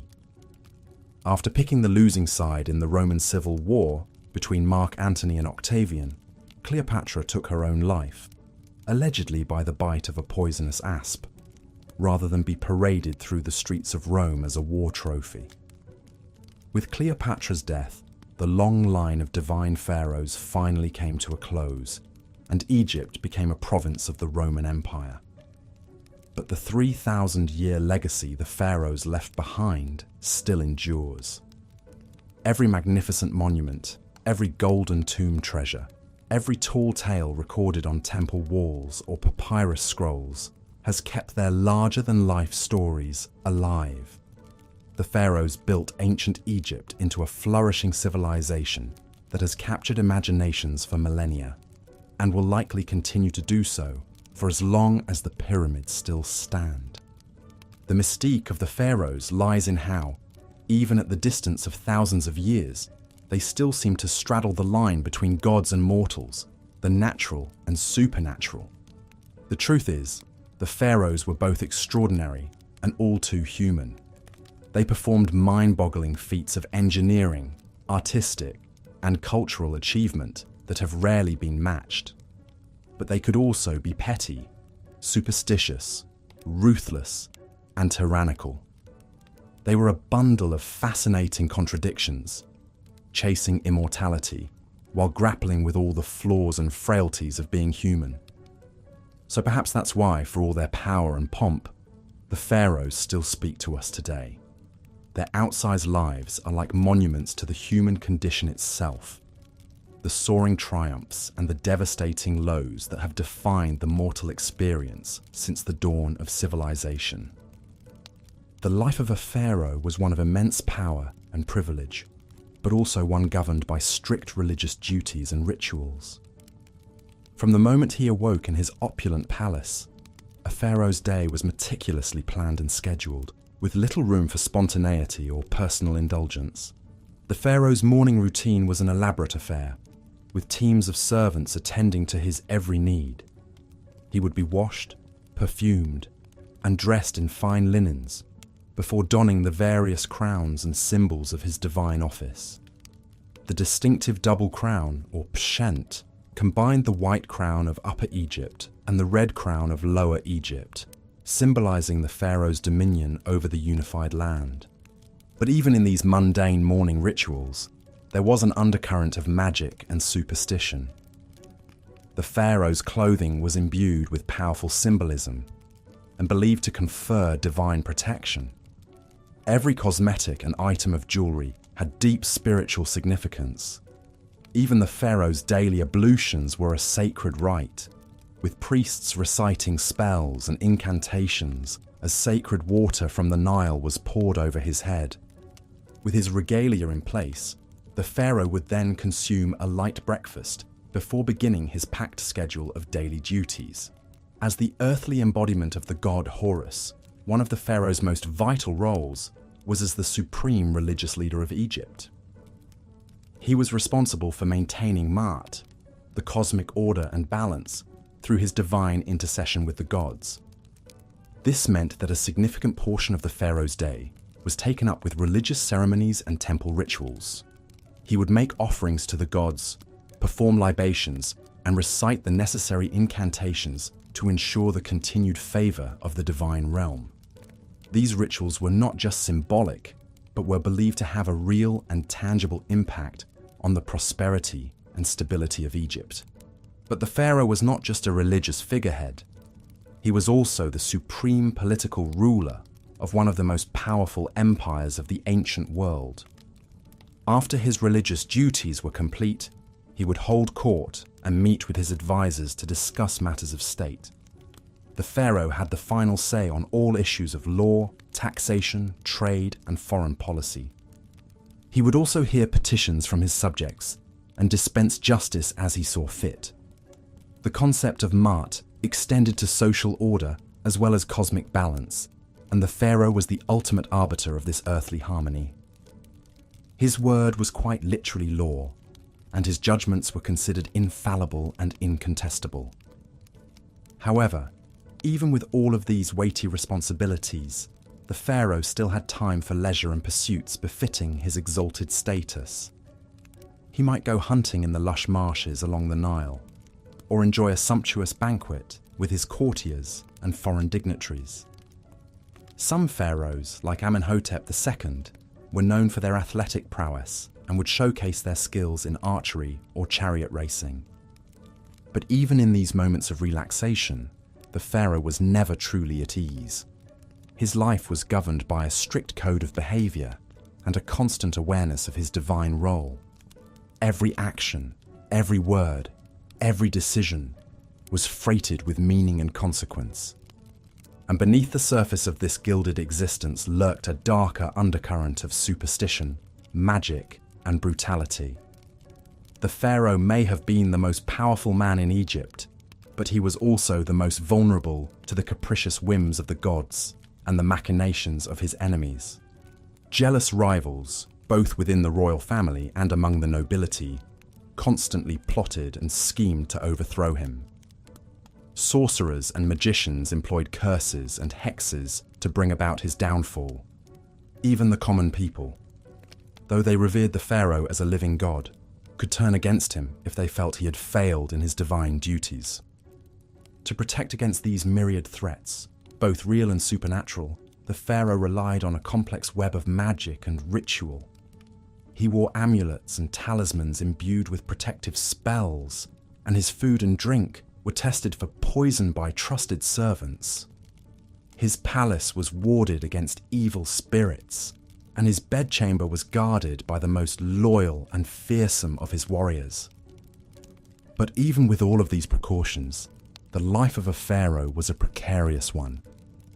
The annals of Egyptian history are filled with the stories of pharaohs who met untimely and often gruesome ends, from assassination and warfare to disease and dark sorcery. In the end, the pharaoh was as much a prisoner of his divine role as he was its beneficiary. For all of his power and privilege, he was ultimately a slave to the crushing weight of tradition, superstition, and the unyielding expectations of his gods and his people. The life of a pharaoh was indeed a gilded cage, opulent and glittering on the outside, but constricting and suffocating within. And yet, for all of its dangers and drawbacks, the allure of the pharaonic crown was an irresistible one. The chance to wield such godlike power, to shape the course of an empire, to have one's name etched into eternity, these were temptations that few could resist. And so the cycle continued, from one pharaoh to the next, each one striving to outdo his predecessors in grandeur and glory, even as the shadow of mortality and the fickle favour of the gods loomed ever larger. Such was the burden and the blessing of the pharaohs, the god-kings of ancient Egypt, whose lives and legacies continue to fascinate and enthrall us to this day. But the pharaonic crown was a heavy one, both literally and figuratively. The great golden headdresses and crowns worn by the pharaohs could weigh up to 5 pounds, a physical reminder of the weighty responsibilities they carried. And for all of their divine status and earthly power, the pharaohs were still mortal men, subject to the same fears, frailties, and vices as any other. Perhaps nowhere was this more evident than in the royal court, where the pharaoh was surrounded by a vast retinue of family, advisors, courtiers, and servants. While the pharaoh may have been the supreme ruler of Egypt, he still had to navigate the treacherous waters of court politics and intrigue on a daily basis. At the center of this was the royal family itself. The pharaoh typically had multiple wives, including a chief queen who held a special status and would bear the pharaoh's heir. But he also had a vast harem of lesser wives and concubines, many of whom were foreign princesses sent as diplomatic gifts to cement alliances with other nations. This complex web of marriages and liaisons was not just about pleasure or politics. It was also driven by a deep-seated obsession with preserving the purity and divinity of the royal bloodline.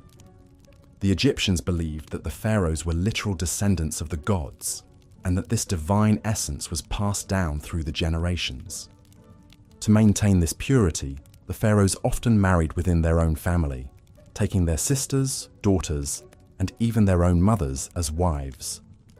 This practice of royal incest may seem shocking and abhorrent to modern sensibilities, But for the ancient Egyptians, it was a sacred duty, a way of keeping the divine blood of the pharaohs untainted by mortal influence.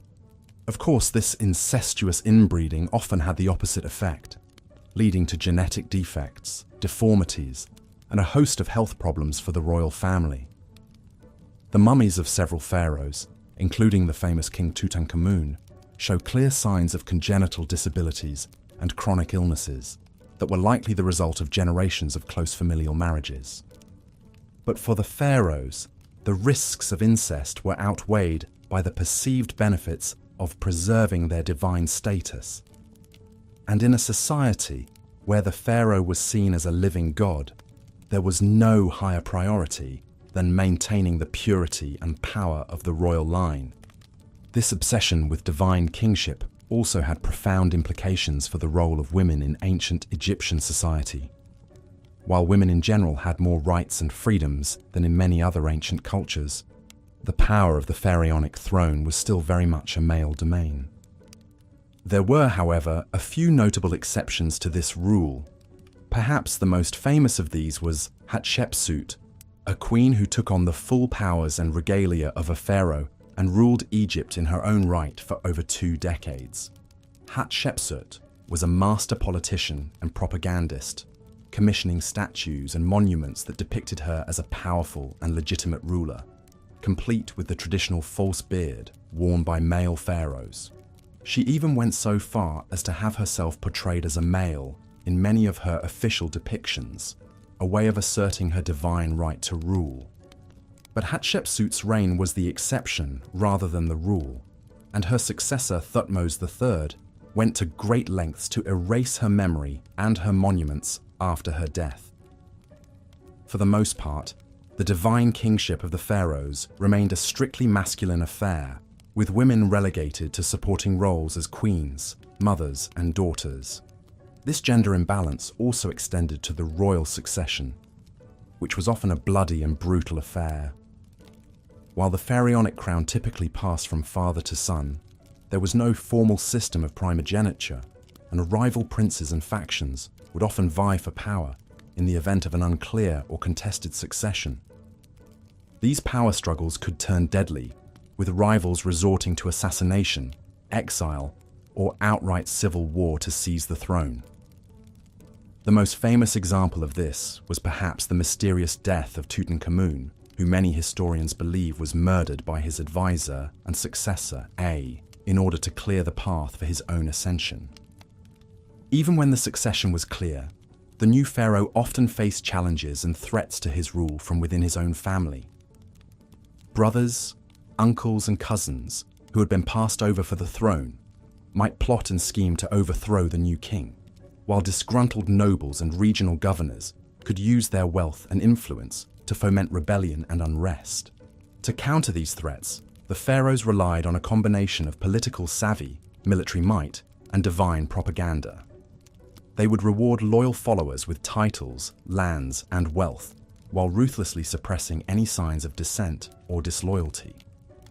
They would also go to great lengths to emphasize their own divine status and right to rule, commissioning grand monuments and temples that celebrated their godly power and accomplishments. But even the mightiest pharaoh was still mortal, and the spectre of death loomed large over the royal court.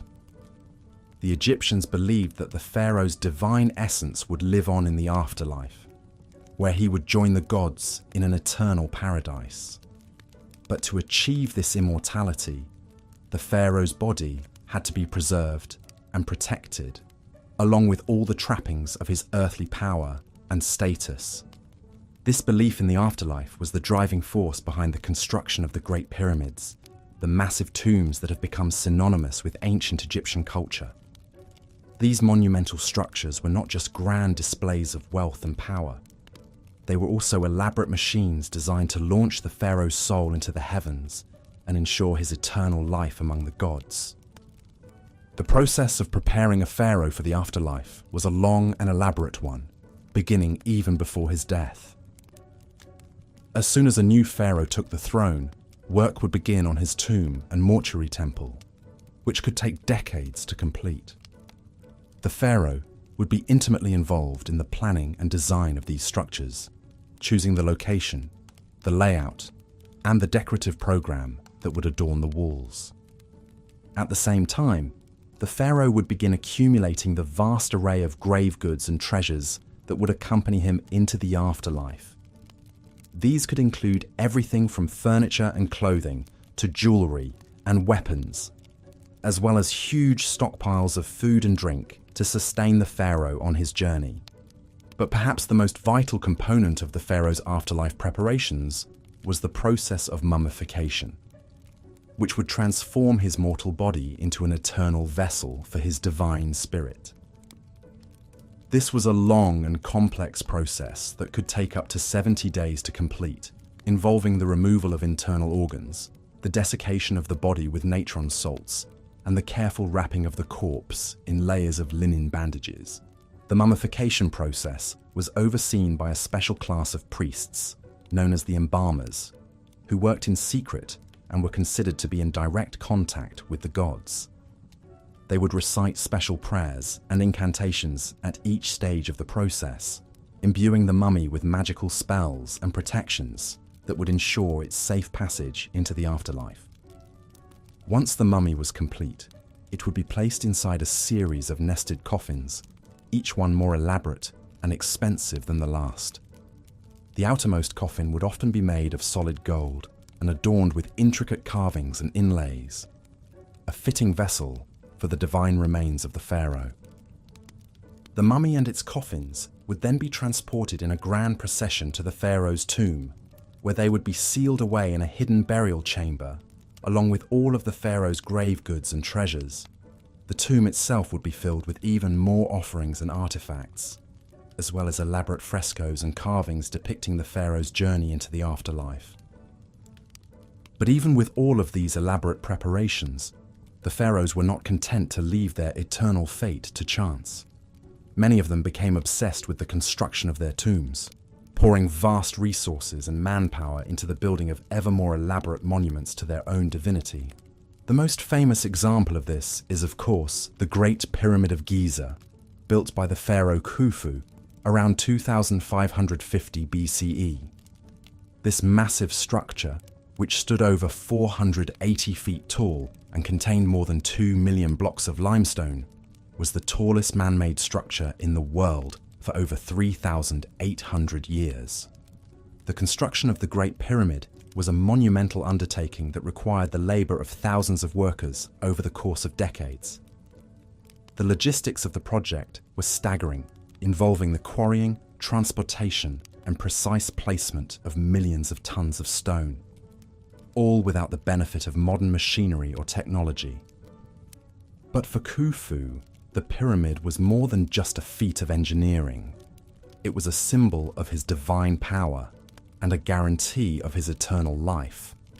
The pyramid was designed to align with the stars, with shafts pointing towards the constellations of Orion and Sirius, which the Egyptians believed to be the celestial homes of the gods Osiris and Isis. Inside the pyramid, Khufu's mummy would have been placed in a granite sarcophagus in the heart of the structure, surrounded by treasure and protected by a complex system of passages, chambers, and booby traps designed to thwart would-be tomb robbers. But even with all of these precautions, the pharaoh's tombs were not immune to the depredations of thieves and vandals. Over the centuries, many of the great pyramids and tombs were broken into and looted, their treasures stolen, and their mummies desecrated. This was a fate that befell even the most famous of the pharaohs, including Tutankhamun, whose tomb was discovered largely intact in 1922, but had still been entered and robbed at least twice in antiquity. The pharaoh's obsession with the afterlife, it seems, was matched only by the greed and determination of those who sought to plunder their eternal resting places. But the pharaoh's preparations for the afterlife were not limited to their own tombs and treasures. In a practice that seems shocking and horrifying to modern sensibilities, some pharaohs were buried along with servants, courtiers, and even pets, all of whom were sacrificed in order to accompany their master into the afterlife.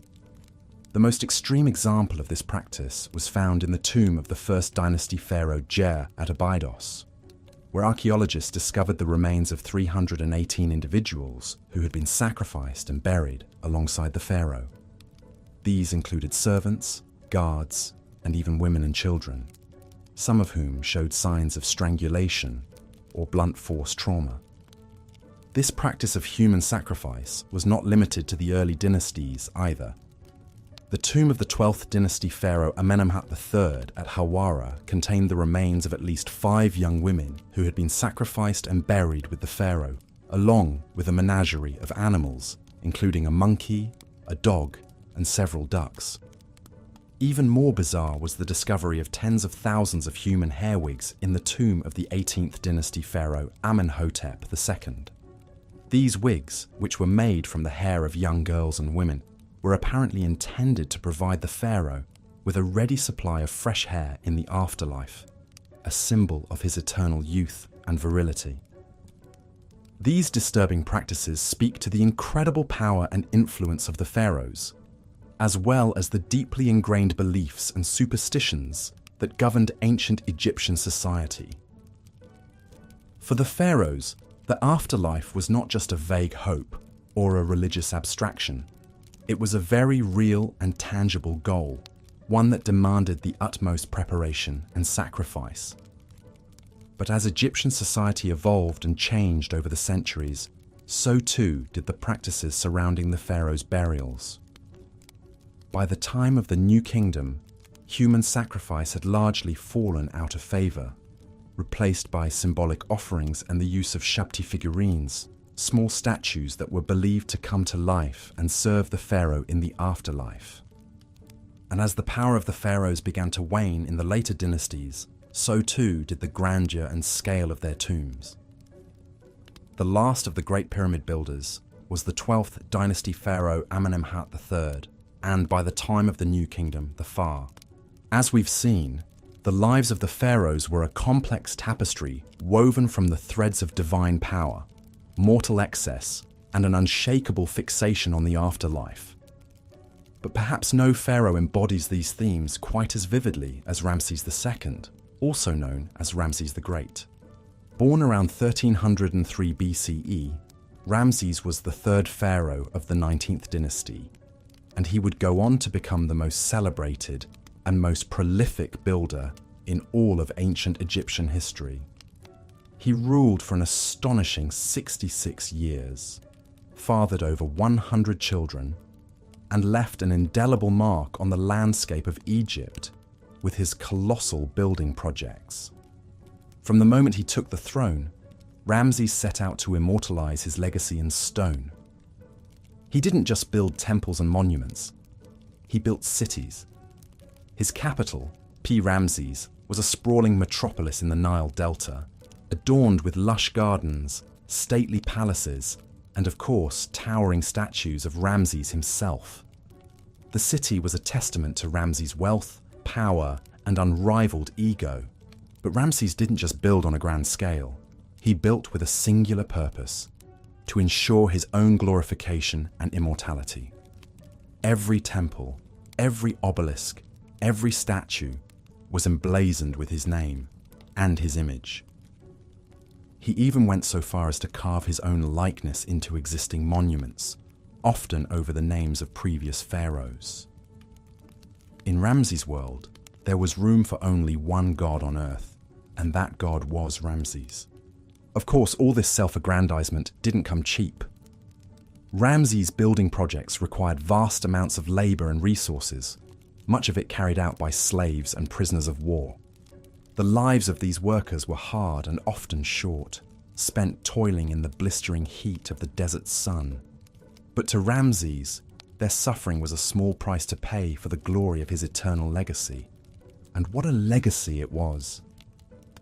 From the magnificent temples of Abu Simbel to the sprawling complex of Karnak, Ramses left his mark on nearly every corner of Egypt. His reign saw military triumphs, like the Battle of Kadesh against the Hittites, as well as monumental building achievements, like the completion of the Great Hypostyle Hall at Karnak. a forest of 134 massive columns, covering an area of 54,000 square feet. But perhaps Ramses' most enduring legacy is the very fact that we know so much about him at all. With his relentless self-promotion and larger-than-life persona, Ramses ensured that his name would live on long after his death. And live on it has. Ramses remains one of the most famous and recognizable figures from the ancient world, a towering symbol of the power and majesty of the pharaohs. Of course, not all pharaohs were as successful in their quest for immortality as Ramses. Take, for example, the curious case of Akhenaten, the so-called heretic king who ruled during the 18th dynasty. Akhenaten is best known for his radical religious reforms, in which he abandoned the traditional pantheon of Egyptian gods in favor of a single deity, the Aten, represented by the solar disk. Akhenaten's devotion to the Aten was all-consuming. He built a new capital city, Akhetaten, dedicated solely to the worship of his one true god. He changed his name from Amenhotep IV to Akhenaten, meaning devoted to Aten. He even altered the traditional style of Egyptian art, eschewing the rigid, formalized depictions of pharaohs and gods in favor of a more naturalistic, almost androgynous style.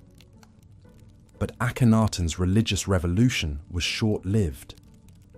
After his death, his successors quickly abandoned Akhetaten and returned to the old gods, going so far as to deface and dismantle Akhenaten's monuments and temples. His name was struck from the records, his legacy all but erased. In the end, Akhenaten's single-minded devotion to his god led not to immortality, but to obscurity. And then there's the sad story of Tutankhamun, better known to us as King Tut. Tutankhamun is perhaps the most famous pharaoh of all time, thanks in large part to the stunning discovery of his intact tomb in 1922. But the life of this young king was marked by tragedy from the very start. Tutankhamun was born into a royal family in crisis. His father was none other than Akhenaten, and his mother was likely Akhenaten's own sister. Inbreeding was not uncommon among the Egyptian royalty, who believed that keeping the royal bloodline pure was essential to maintaining their divine status. But it also led to a host of genetic problems, including the congenital defects that plagued Tutankhamun throughout his short life. When Tutankhamun took the throne around the age of 9, he inherited a kingdom in chaos. Akhenaten's religious reforms had alienated the powerful priesthood and destabilized the country. Tutankhamun's advisors, including the Vizier I and the General Horemheb, set about restoring the old order, reopening the temples, and re-establishing the cult of Amun. But Tutankhamun himself was a frail and sickly child, beset by a host of physical ailments. He suffered from a cleft palate, a clubbed foot, and a severe overbite. He walked with a cane and may have even suffered from a rare genetic disorder called Klippel-Feil syndrome, which causes the fusion of the vertebrae in the neck. Despite his physical limitations, Tutankhamun did his best to fulfill his duties as pharaoh. He oversaw the restoration of the old temples and commissioned new building projects, including his own tomb in the Valley of the Kings. But his reign was cut tragically short. Tutankhamun died around the age of 19, possibly from an infection caused by a broken leg. The story of Tutankhamun is a poignant reminder of the human frailty that lurked behind the facade of divine power. For all their wealth and influence, the pharaohs were still mortal men, subject to the same flaws and weaknesses as the rest of us. And yet, through the enduring legacy of their tombs and their treasures, they achieved a kind of immortality after all, not as gods, but as enduring symbols of a fascinating and mysterious world that continues to captivate us to this day. As we've journeyed through the lives of these legendary rulers, from the excesses of Ramses to the enigma of Akhenaten to the tragedy of Tutankhamun, one thing becomes clear. The pharaohs were as complex and multifaceted as the civilization they ruled. They were gods and men, builders and destroyers, visionaries and tyrants. They lived lives of unimaginable splendor and opulence, but they were also haunted by the specter of death and the relentless pursuit of immortality. In the end, perhaps it is this very complexity that makes the pharaohs so endlessly fascinating to us. They were not just historical figures, but mythic archetypes, embodying the timeless themes of power, ambition, and the search for meaning in the face of mortality. And through the enduring legacy of their monuments and their stories, they continue to speak to us across the millennia, whispering secrets of a world long vanished but never truly lost. As we marvel at the pyramids and the temples, the golden masks and the hieroglyphic inscriptions, we are reminded of the indomitable human spirit that drove these ancient kings to reach for the stars. And we are humbled by the realization that, for all their godlike power, they were ultimately as mortal as the rest of us, subject to the same joys and sorrows, triumphs and tragedies that define the human experience. So let us pay tribute to the pharaohs, those towering figures who shaped the course of history and left an indelible mark on the sands of time.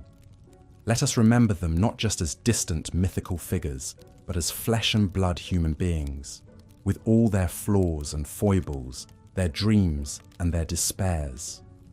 And let us learn from their stories, both the inspiring and the cautionary, as we navigate our own paths through the shifting sands of life. For in the end, the legacy of the pharaohs is not just a matter of bricks and mortar, gold and granite. It is a testament to the enduring power of the human spirit, to our unquenchable thirst for meaning and purpose, for beauty and transcendence. And it is a reminder that, no matter how mighty we may become, we are all part of a tapestry far greater and more enduring than any one of us can ever hope to be. So let us give thanks for the pharaohs and for all those who came before and after them, who strived and struggled and left their mark upon the world. And let us carry their stories with us as we venture forth into the unknown, armed with the wisdom of the ages and the courage of our convictions. For in the end, the measure of a life is not in the splendor of its monuments or the grandeur of its tombs, but in the love and compassion we show to one another, and in the legacy of hope and resilience we leave behind.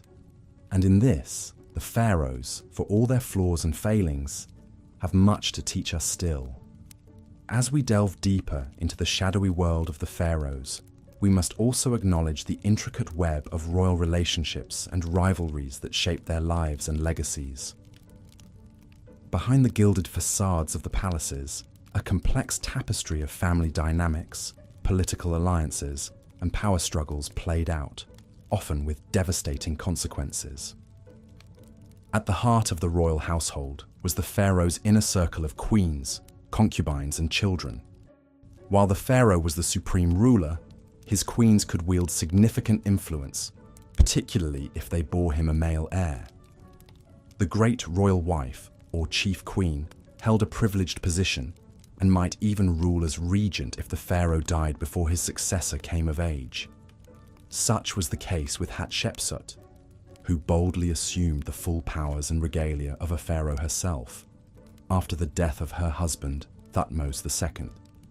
But alongside these influential queens were countless lesser wives and concubines who populated the royal harem. These women, often from noble families or foreign princesses sent to cement diplomatic ties, vied for the pharaoh's favor and the chance to bear his children.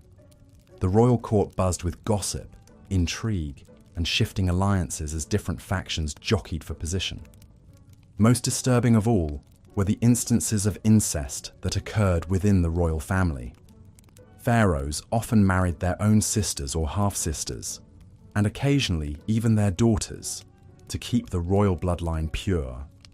It was believed that the pharaoh, as a living god, could only beget a legitimate heir through union with another divinity, even if that meant keeping it in the family. This practice may have contributed to genetic disorders and abnormalities in some royal offspring. Of course, not all royal siblings married each other. Some rivalries between princes and princesses burned red hot, exploding into murderous power grabs. Take, for example, the suspected plot by Ramses III's secondary wife Tiye to assassinate the pharaoh and install her own son, Pentawere, on the throne instead of the chosen Crown Prince Ramses IV. Ancient papyrus court records paint a chilling picture of a harem conspiracy that ended in convictions and executions. Even the legendary Cleopatra VII, last of the Ptolemaic dynasty, was no stranger to ruthless family rivalries. She allegedly had her own younger sister Arsinoe IV murdered to solidify her claim to the throne. In a world where royal blood was both a ticket to power and a reason to be eliminated by one's rivals, perhaps the frequent depictions of the pharaoh smiting his enemies take on an even darker meaning.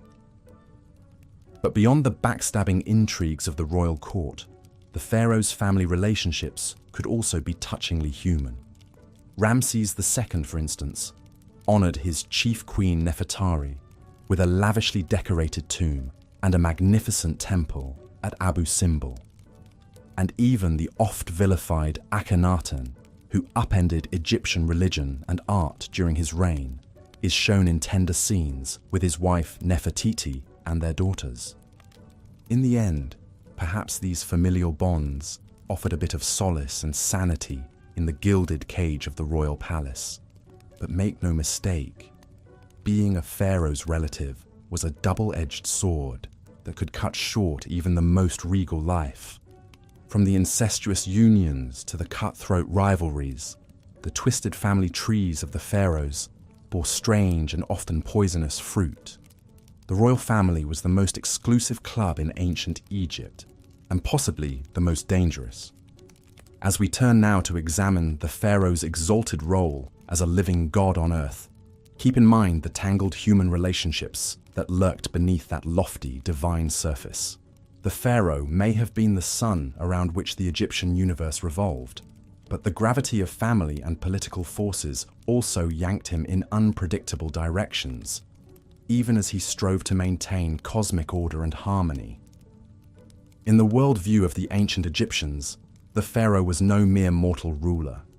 He, or in rare cases she, was a living god, the divine embodiment of the falcon-headed sky god, Horus on earth. As the intermediary between the heavenly realm of the gods and the earthly domain of humans, the pharaoh played a vital role in maintaining Ma'at, the cosmic order, balance, and justice that held chaos at bay. This concept of divine kingship elevated the pharaoh to a superhuman status and imbued his every action with cosmic significance. From the moment of his coronation, when he assumed the double crown of Upper and Lower Egypt, the pharaoh ceased to be fully human and became a conduit for divine power. His word was law, his decrees were the will of the gods, and his very being was sacrosanct. One of the most visible manifestations of the pharaoh's divinity were the sprawling temple complexes that dotted the land. These weren't just places of worship, they were the earthly mansions of the gods, where the pharaoh performed sacred rituals to maintain the vital link between the human and divine spheres. The grandest of these temples, like the Karnak complex in Thebes or the Luxor temple downstream, were cities unto themselves, bustling with priests, craftsmen, and servants, all dedicated to serving the pharaoh god. Within these sacred precincts, the pharaoh would make offerings, recite incantations, and perform elaborate ceremonies to appease the gods and ensure the continued flow of divine blessings.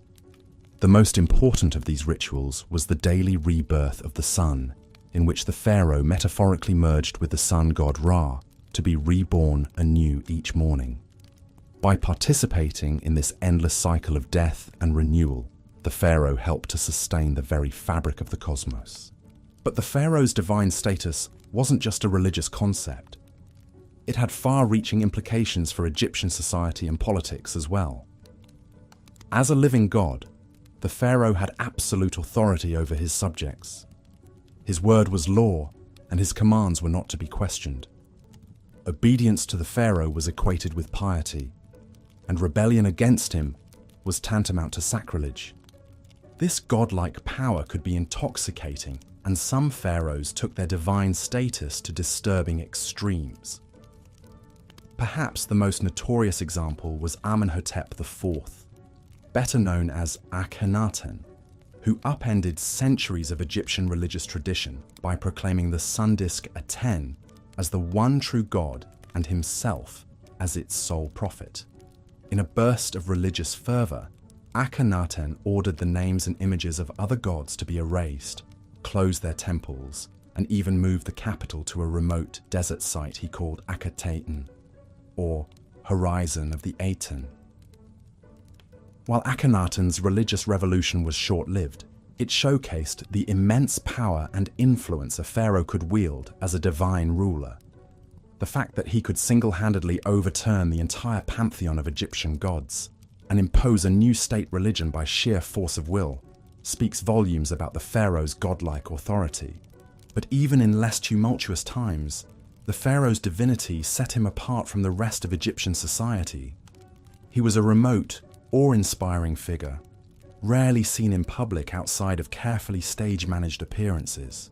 His subjects approached him with a mixture of reverence and terror, prostrating themselves in his presence and averting their eyes from his divine radiance. Even his courtiers and officials had to tread carefully, lest they overstep their bounds and incur his godly wrath. In a very real sense, the pharaoh was the linchpin that held the entire edifice of ancient Egyptian civilization together. As long as he performed his divine duties and maintained Ma'at, the cosmic order, all was well. But if he faltered or failed in his responsibilities, it could spell disaster for the whole land. A weak or ineffectual pharaoh could lead to chaos, famine, and invasion, while a tyrannical or impious one risked offending the gods and bringing down divine retribution. It's no wonder, then, that the Egyptians invested so much time, labor, and resources into exalting and glorifying their pharaohs. The colossal statues, soaring obelisks, and lavish tomb complexes were all testament to the pharaoh's superhuman status and enduring legacy. They were also a way of bolstering his divine power and reinforcing his vital role in the cosmic order. But as we'll see in the next chapter, this obsession with the pharaoh's divinity reached its apex in the very last place one might expect, the tomb. For the ancient Egyptians, death was not the end for a pharaoh, but merely a transition to an even more exalted state of being. And they would go to extraordinary, even horrifying lengths to ensure their divine ruler had everything he needed for the journey. The flickering torchlight casts an eerie glow on the rough-hewn walls of the tomb, as if the very shadows are alive with the weight of ages past. The air is thick with the acrid tang of incense and the musty odor of death, a cloying perfume that clings to the nostrils and the back of the throat. Deeper and deeper we descend into the very bowels of the earth, following in the footsteps of the pharaoh on his final journey into the afterlife. For the ancient Egyptians, death was not something to be feared, but rather a doorway to a new and glorious existence. They believed that life on earth was but a brief prelude to an eternal hereafter, where the deceased would dwell in paradise with the gods, feasting and making merry for all eternity. But to achieve this blessed state, one had to be properly prepared, both spiritually and materially. And no one was better prepared for the afterlife than the pharaohs. From the moment they ascended the throne, they began planning for their eventual demise with a single-minded focus that bordered on the obsessive. Vast resources were poured into the construction of their tombs and funerary temples, veritable cities of the dead that would serve as their eternal abodes. The most iconic of these, of course, are the Great Pyramids that loom over the Giza Plateau. These monumental structures, built during the Old Kingdom, were more than just tombs. They were cosmic engines, designed to launch the pharaoh's soul into the heavens to take its place among the stars. The pyramid's smooth, sloping sides were meant to evoke the primordial mound of creation, while its precise alignment to the cardinal points mirrored the order and symmetry of the cosmos itself. But even more vital than the tomb itself was the complex process of preparing the pharaoh's body for the afterlife. The ancient Egyptians believed that the physical form was just as important as the spiritual essence, and that the two had to be preserved together for eternity. And so, in the sacred rites of mummification, the pharaoh's corpse was transformed from a lifeless husk into a vessel for immortality. For 70 days, the body was dried and desiccated with natron salt, its organs removed and carefully preserved in canopic jars. Then, in an elaborate ritual that could take weeks, the mummy was anointed with sacred oils, wrapped in countless layers of linen bandages, and adorned with protective amulets and jewelry. The face was often covered with a lifelike mask of gold and precious stones, an idealized portrait of the pharaoh in all his divine glory. But the pharaoh's journey was far from over. Once the mummy was complete, it had to be transported to the tomb in a grand funerary procession, accompanied by priests chanting hymns and spells to ward off evil spirits. The sarcophagus was then lowered into the burial chamber, surrounded by all the grave goods the pharaoh would need in the afterlife: furniture, clothing, jewelry, even food and drink to sustain him on his eternal journey. And here is where the pharaoh's preparations took a darker, more disturbing turn. For some rulers, it wasn't enough to be buried with mere objects. They wanted to be accompanied by actual living servants, ready to attend to their every whim in the hereafter. These unfortunate souls, known as retainers, were often the pharaoh's most loyal courtiers and officials, handpicked to serve him in death as they had in life. The practice of human sacrifice was not uncommon in the early dynasties of ancient Egypt, particularly during the First Dynasty. Archaeological evidence from this period reveals numerous subsidiary burials surrounding the tombs of pharaohs like Horahar and Jer, containing the remains of servants, bodyguards, and even women and dwarves who were believed to have special powers. One of the most chilling examples comes from the tomb of King Jer at Abydos, where the remains of over 300 individuals were found buried in neat rows, like a macabre honor guard flanking the pharaoh's final resting place. Many of the bodies showed signs of strangulation or blunt force trauma, suggesting that they had been deliberately killed to accompany their ruler into the afterlife. But perhaps even more unsettling than the human sacrifices were the animal ones. Countless mummified cats, dogs, monkeys, and even lions have been found in Egyptian tombs, often lavishly wrapped and adorned like miniature pharaohs themselves. These beloved pets were believed to provide companionship and protection for their masters in the afterlife, a consolation prize of sorts for an eternity spent in the dark. And then there were the more bizarre grave goods, like the millions of human hair wigs found in some tombs.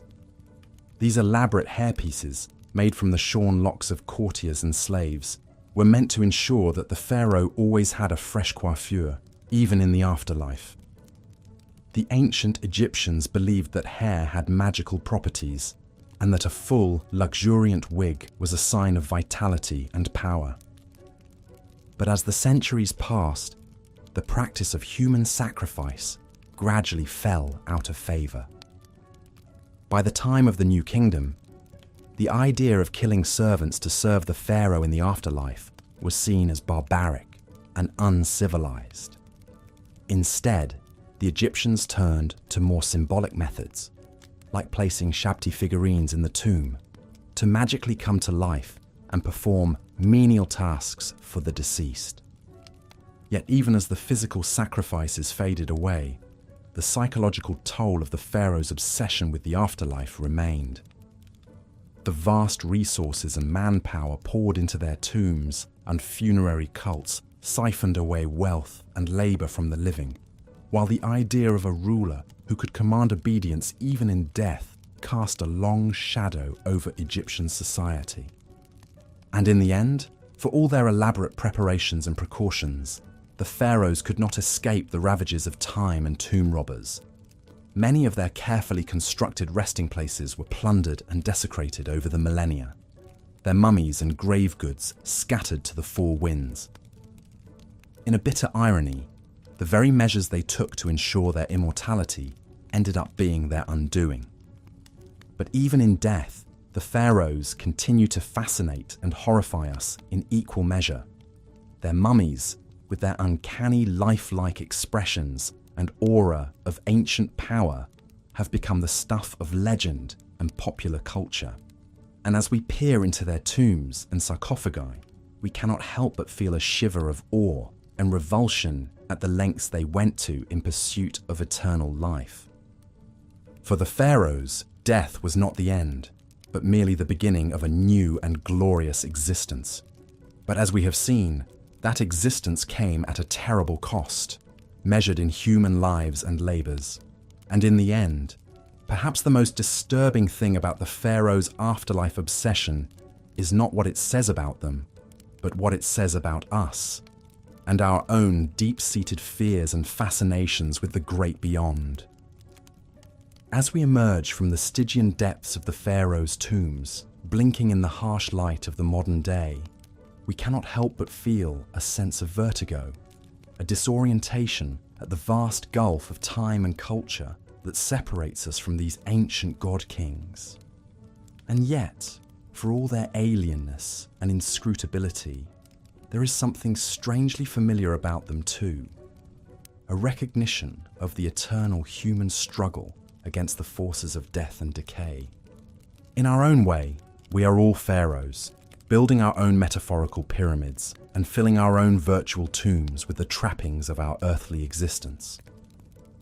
We may not command armies of servants or erect colossal monuments to our own divinity, but we are all engaged in the same basic quest for meaning and immortality in the face of the void.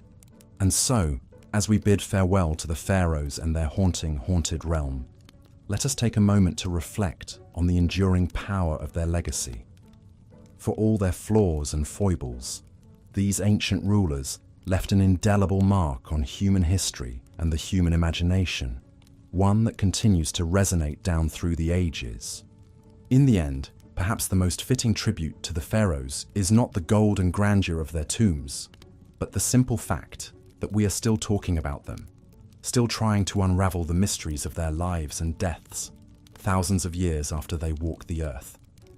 In a way, they have achieved the very thing they sought so desperately in life, a kind of immortality, a persistence in memory and myth that transcends the bounds of time and space. And so, let us raise a metaphorical glass to the pharaohs, those strange and terrible demigods who ruled over the sands of Egypt so long ago. May they rest in peace, secure in the knowledge that their names and deeds will never be forgotten. As long as there are those who seek to peer into the shadows of the past and grapple with the eternal questions of life, death, and what lies beyond.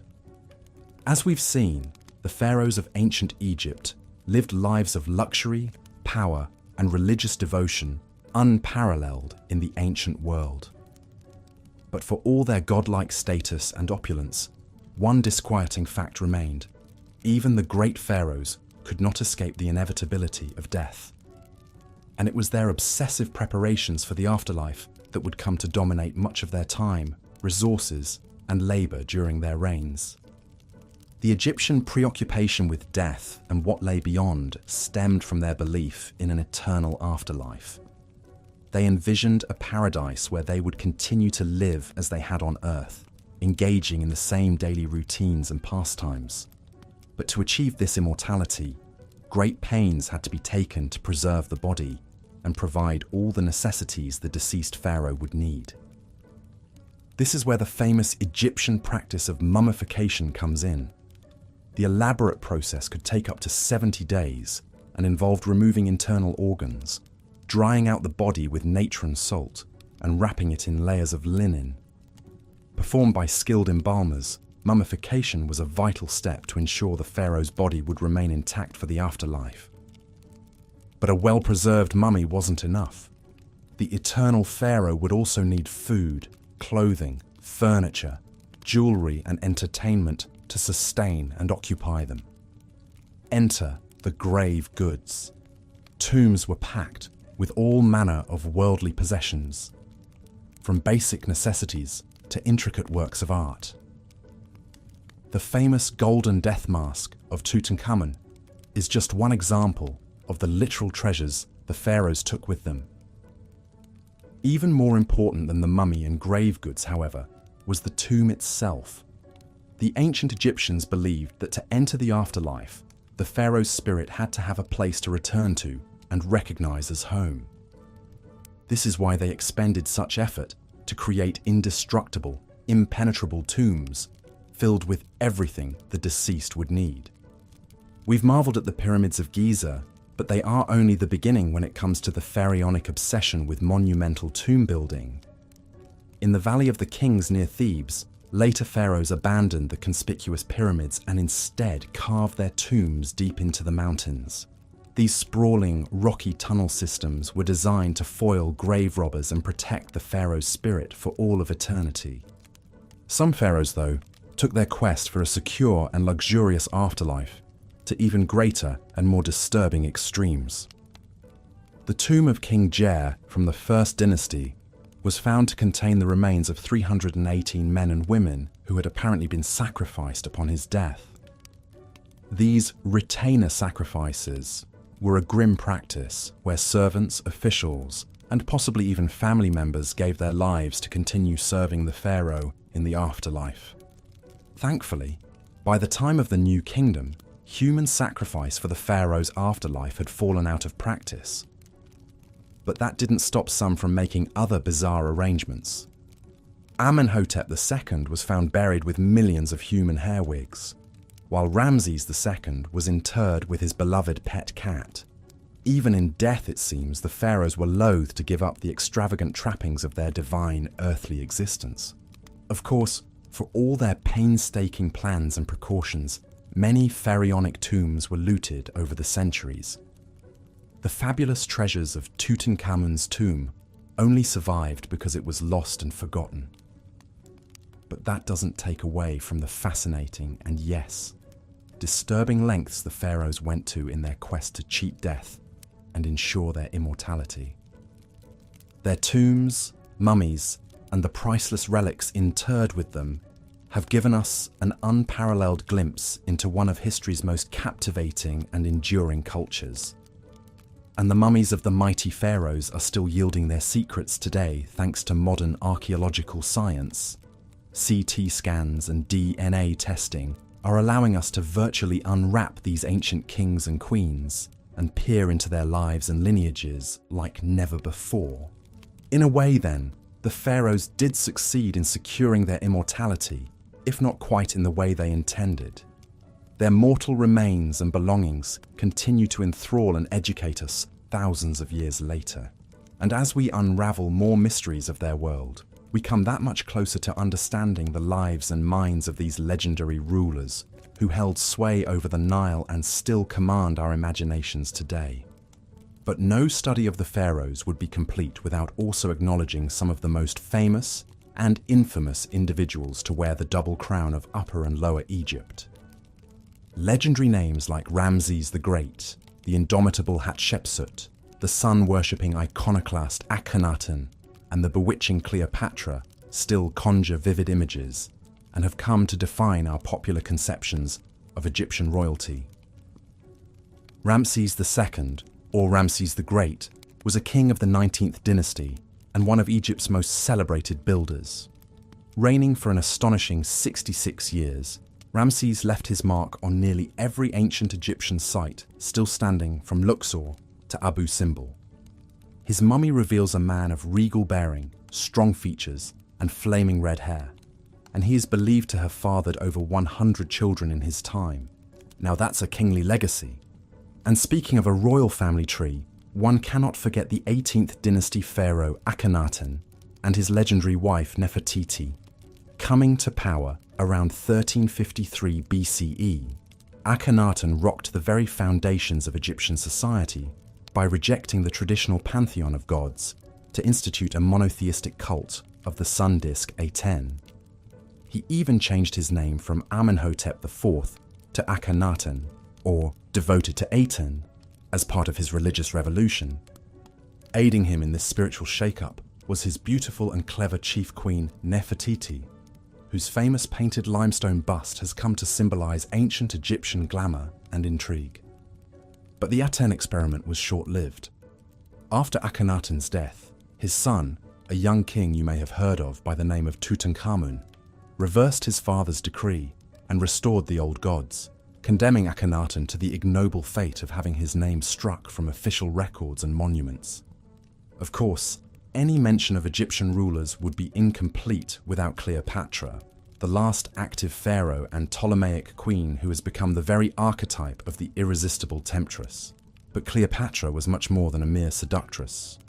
She was a brilliant politician, speaker of 9 languages, and a shrewd strategist who captivated the likes of Julius Caesar and Mark Antony.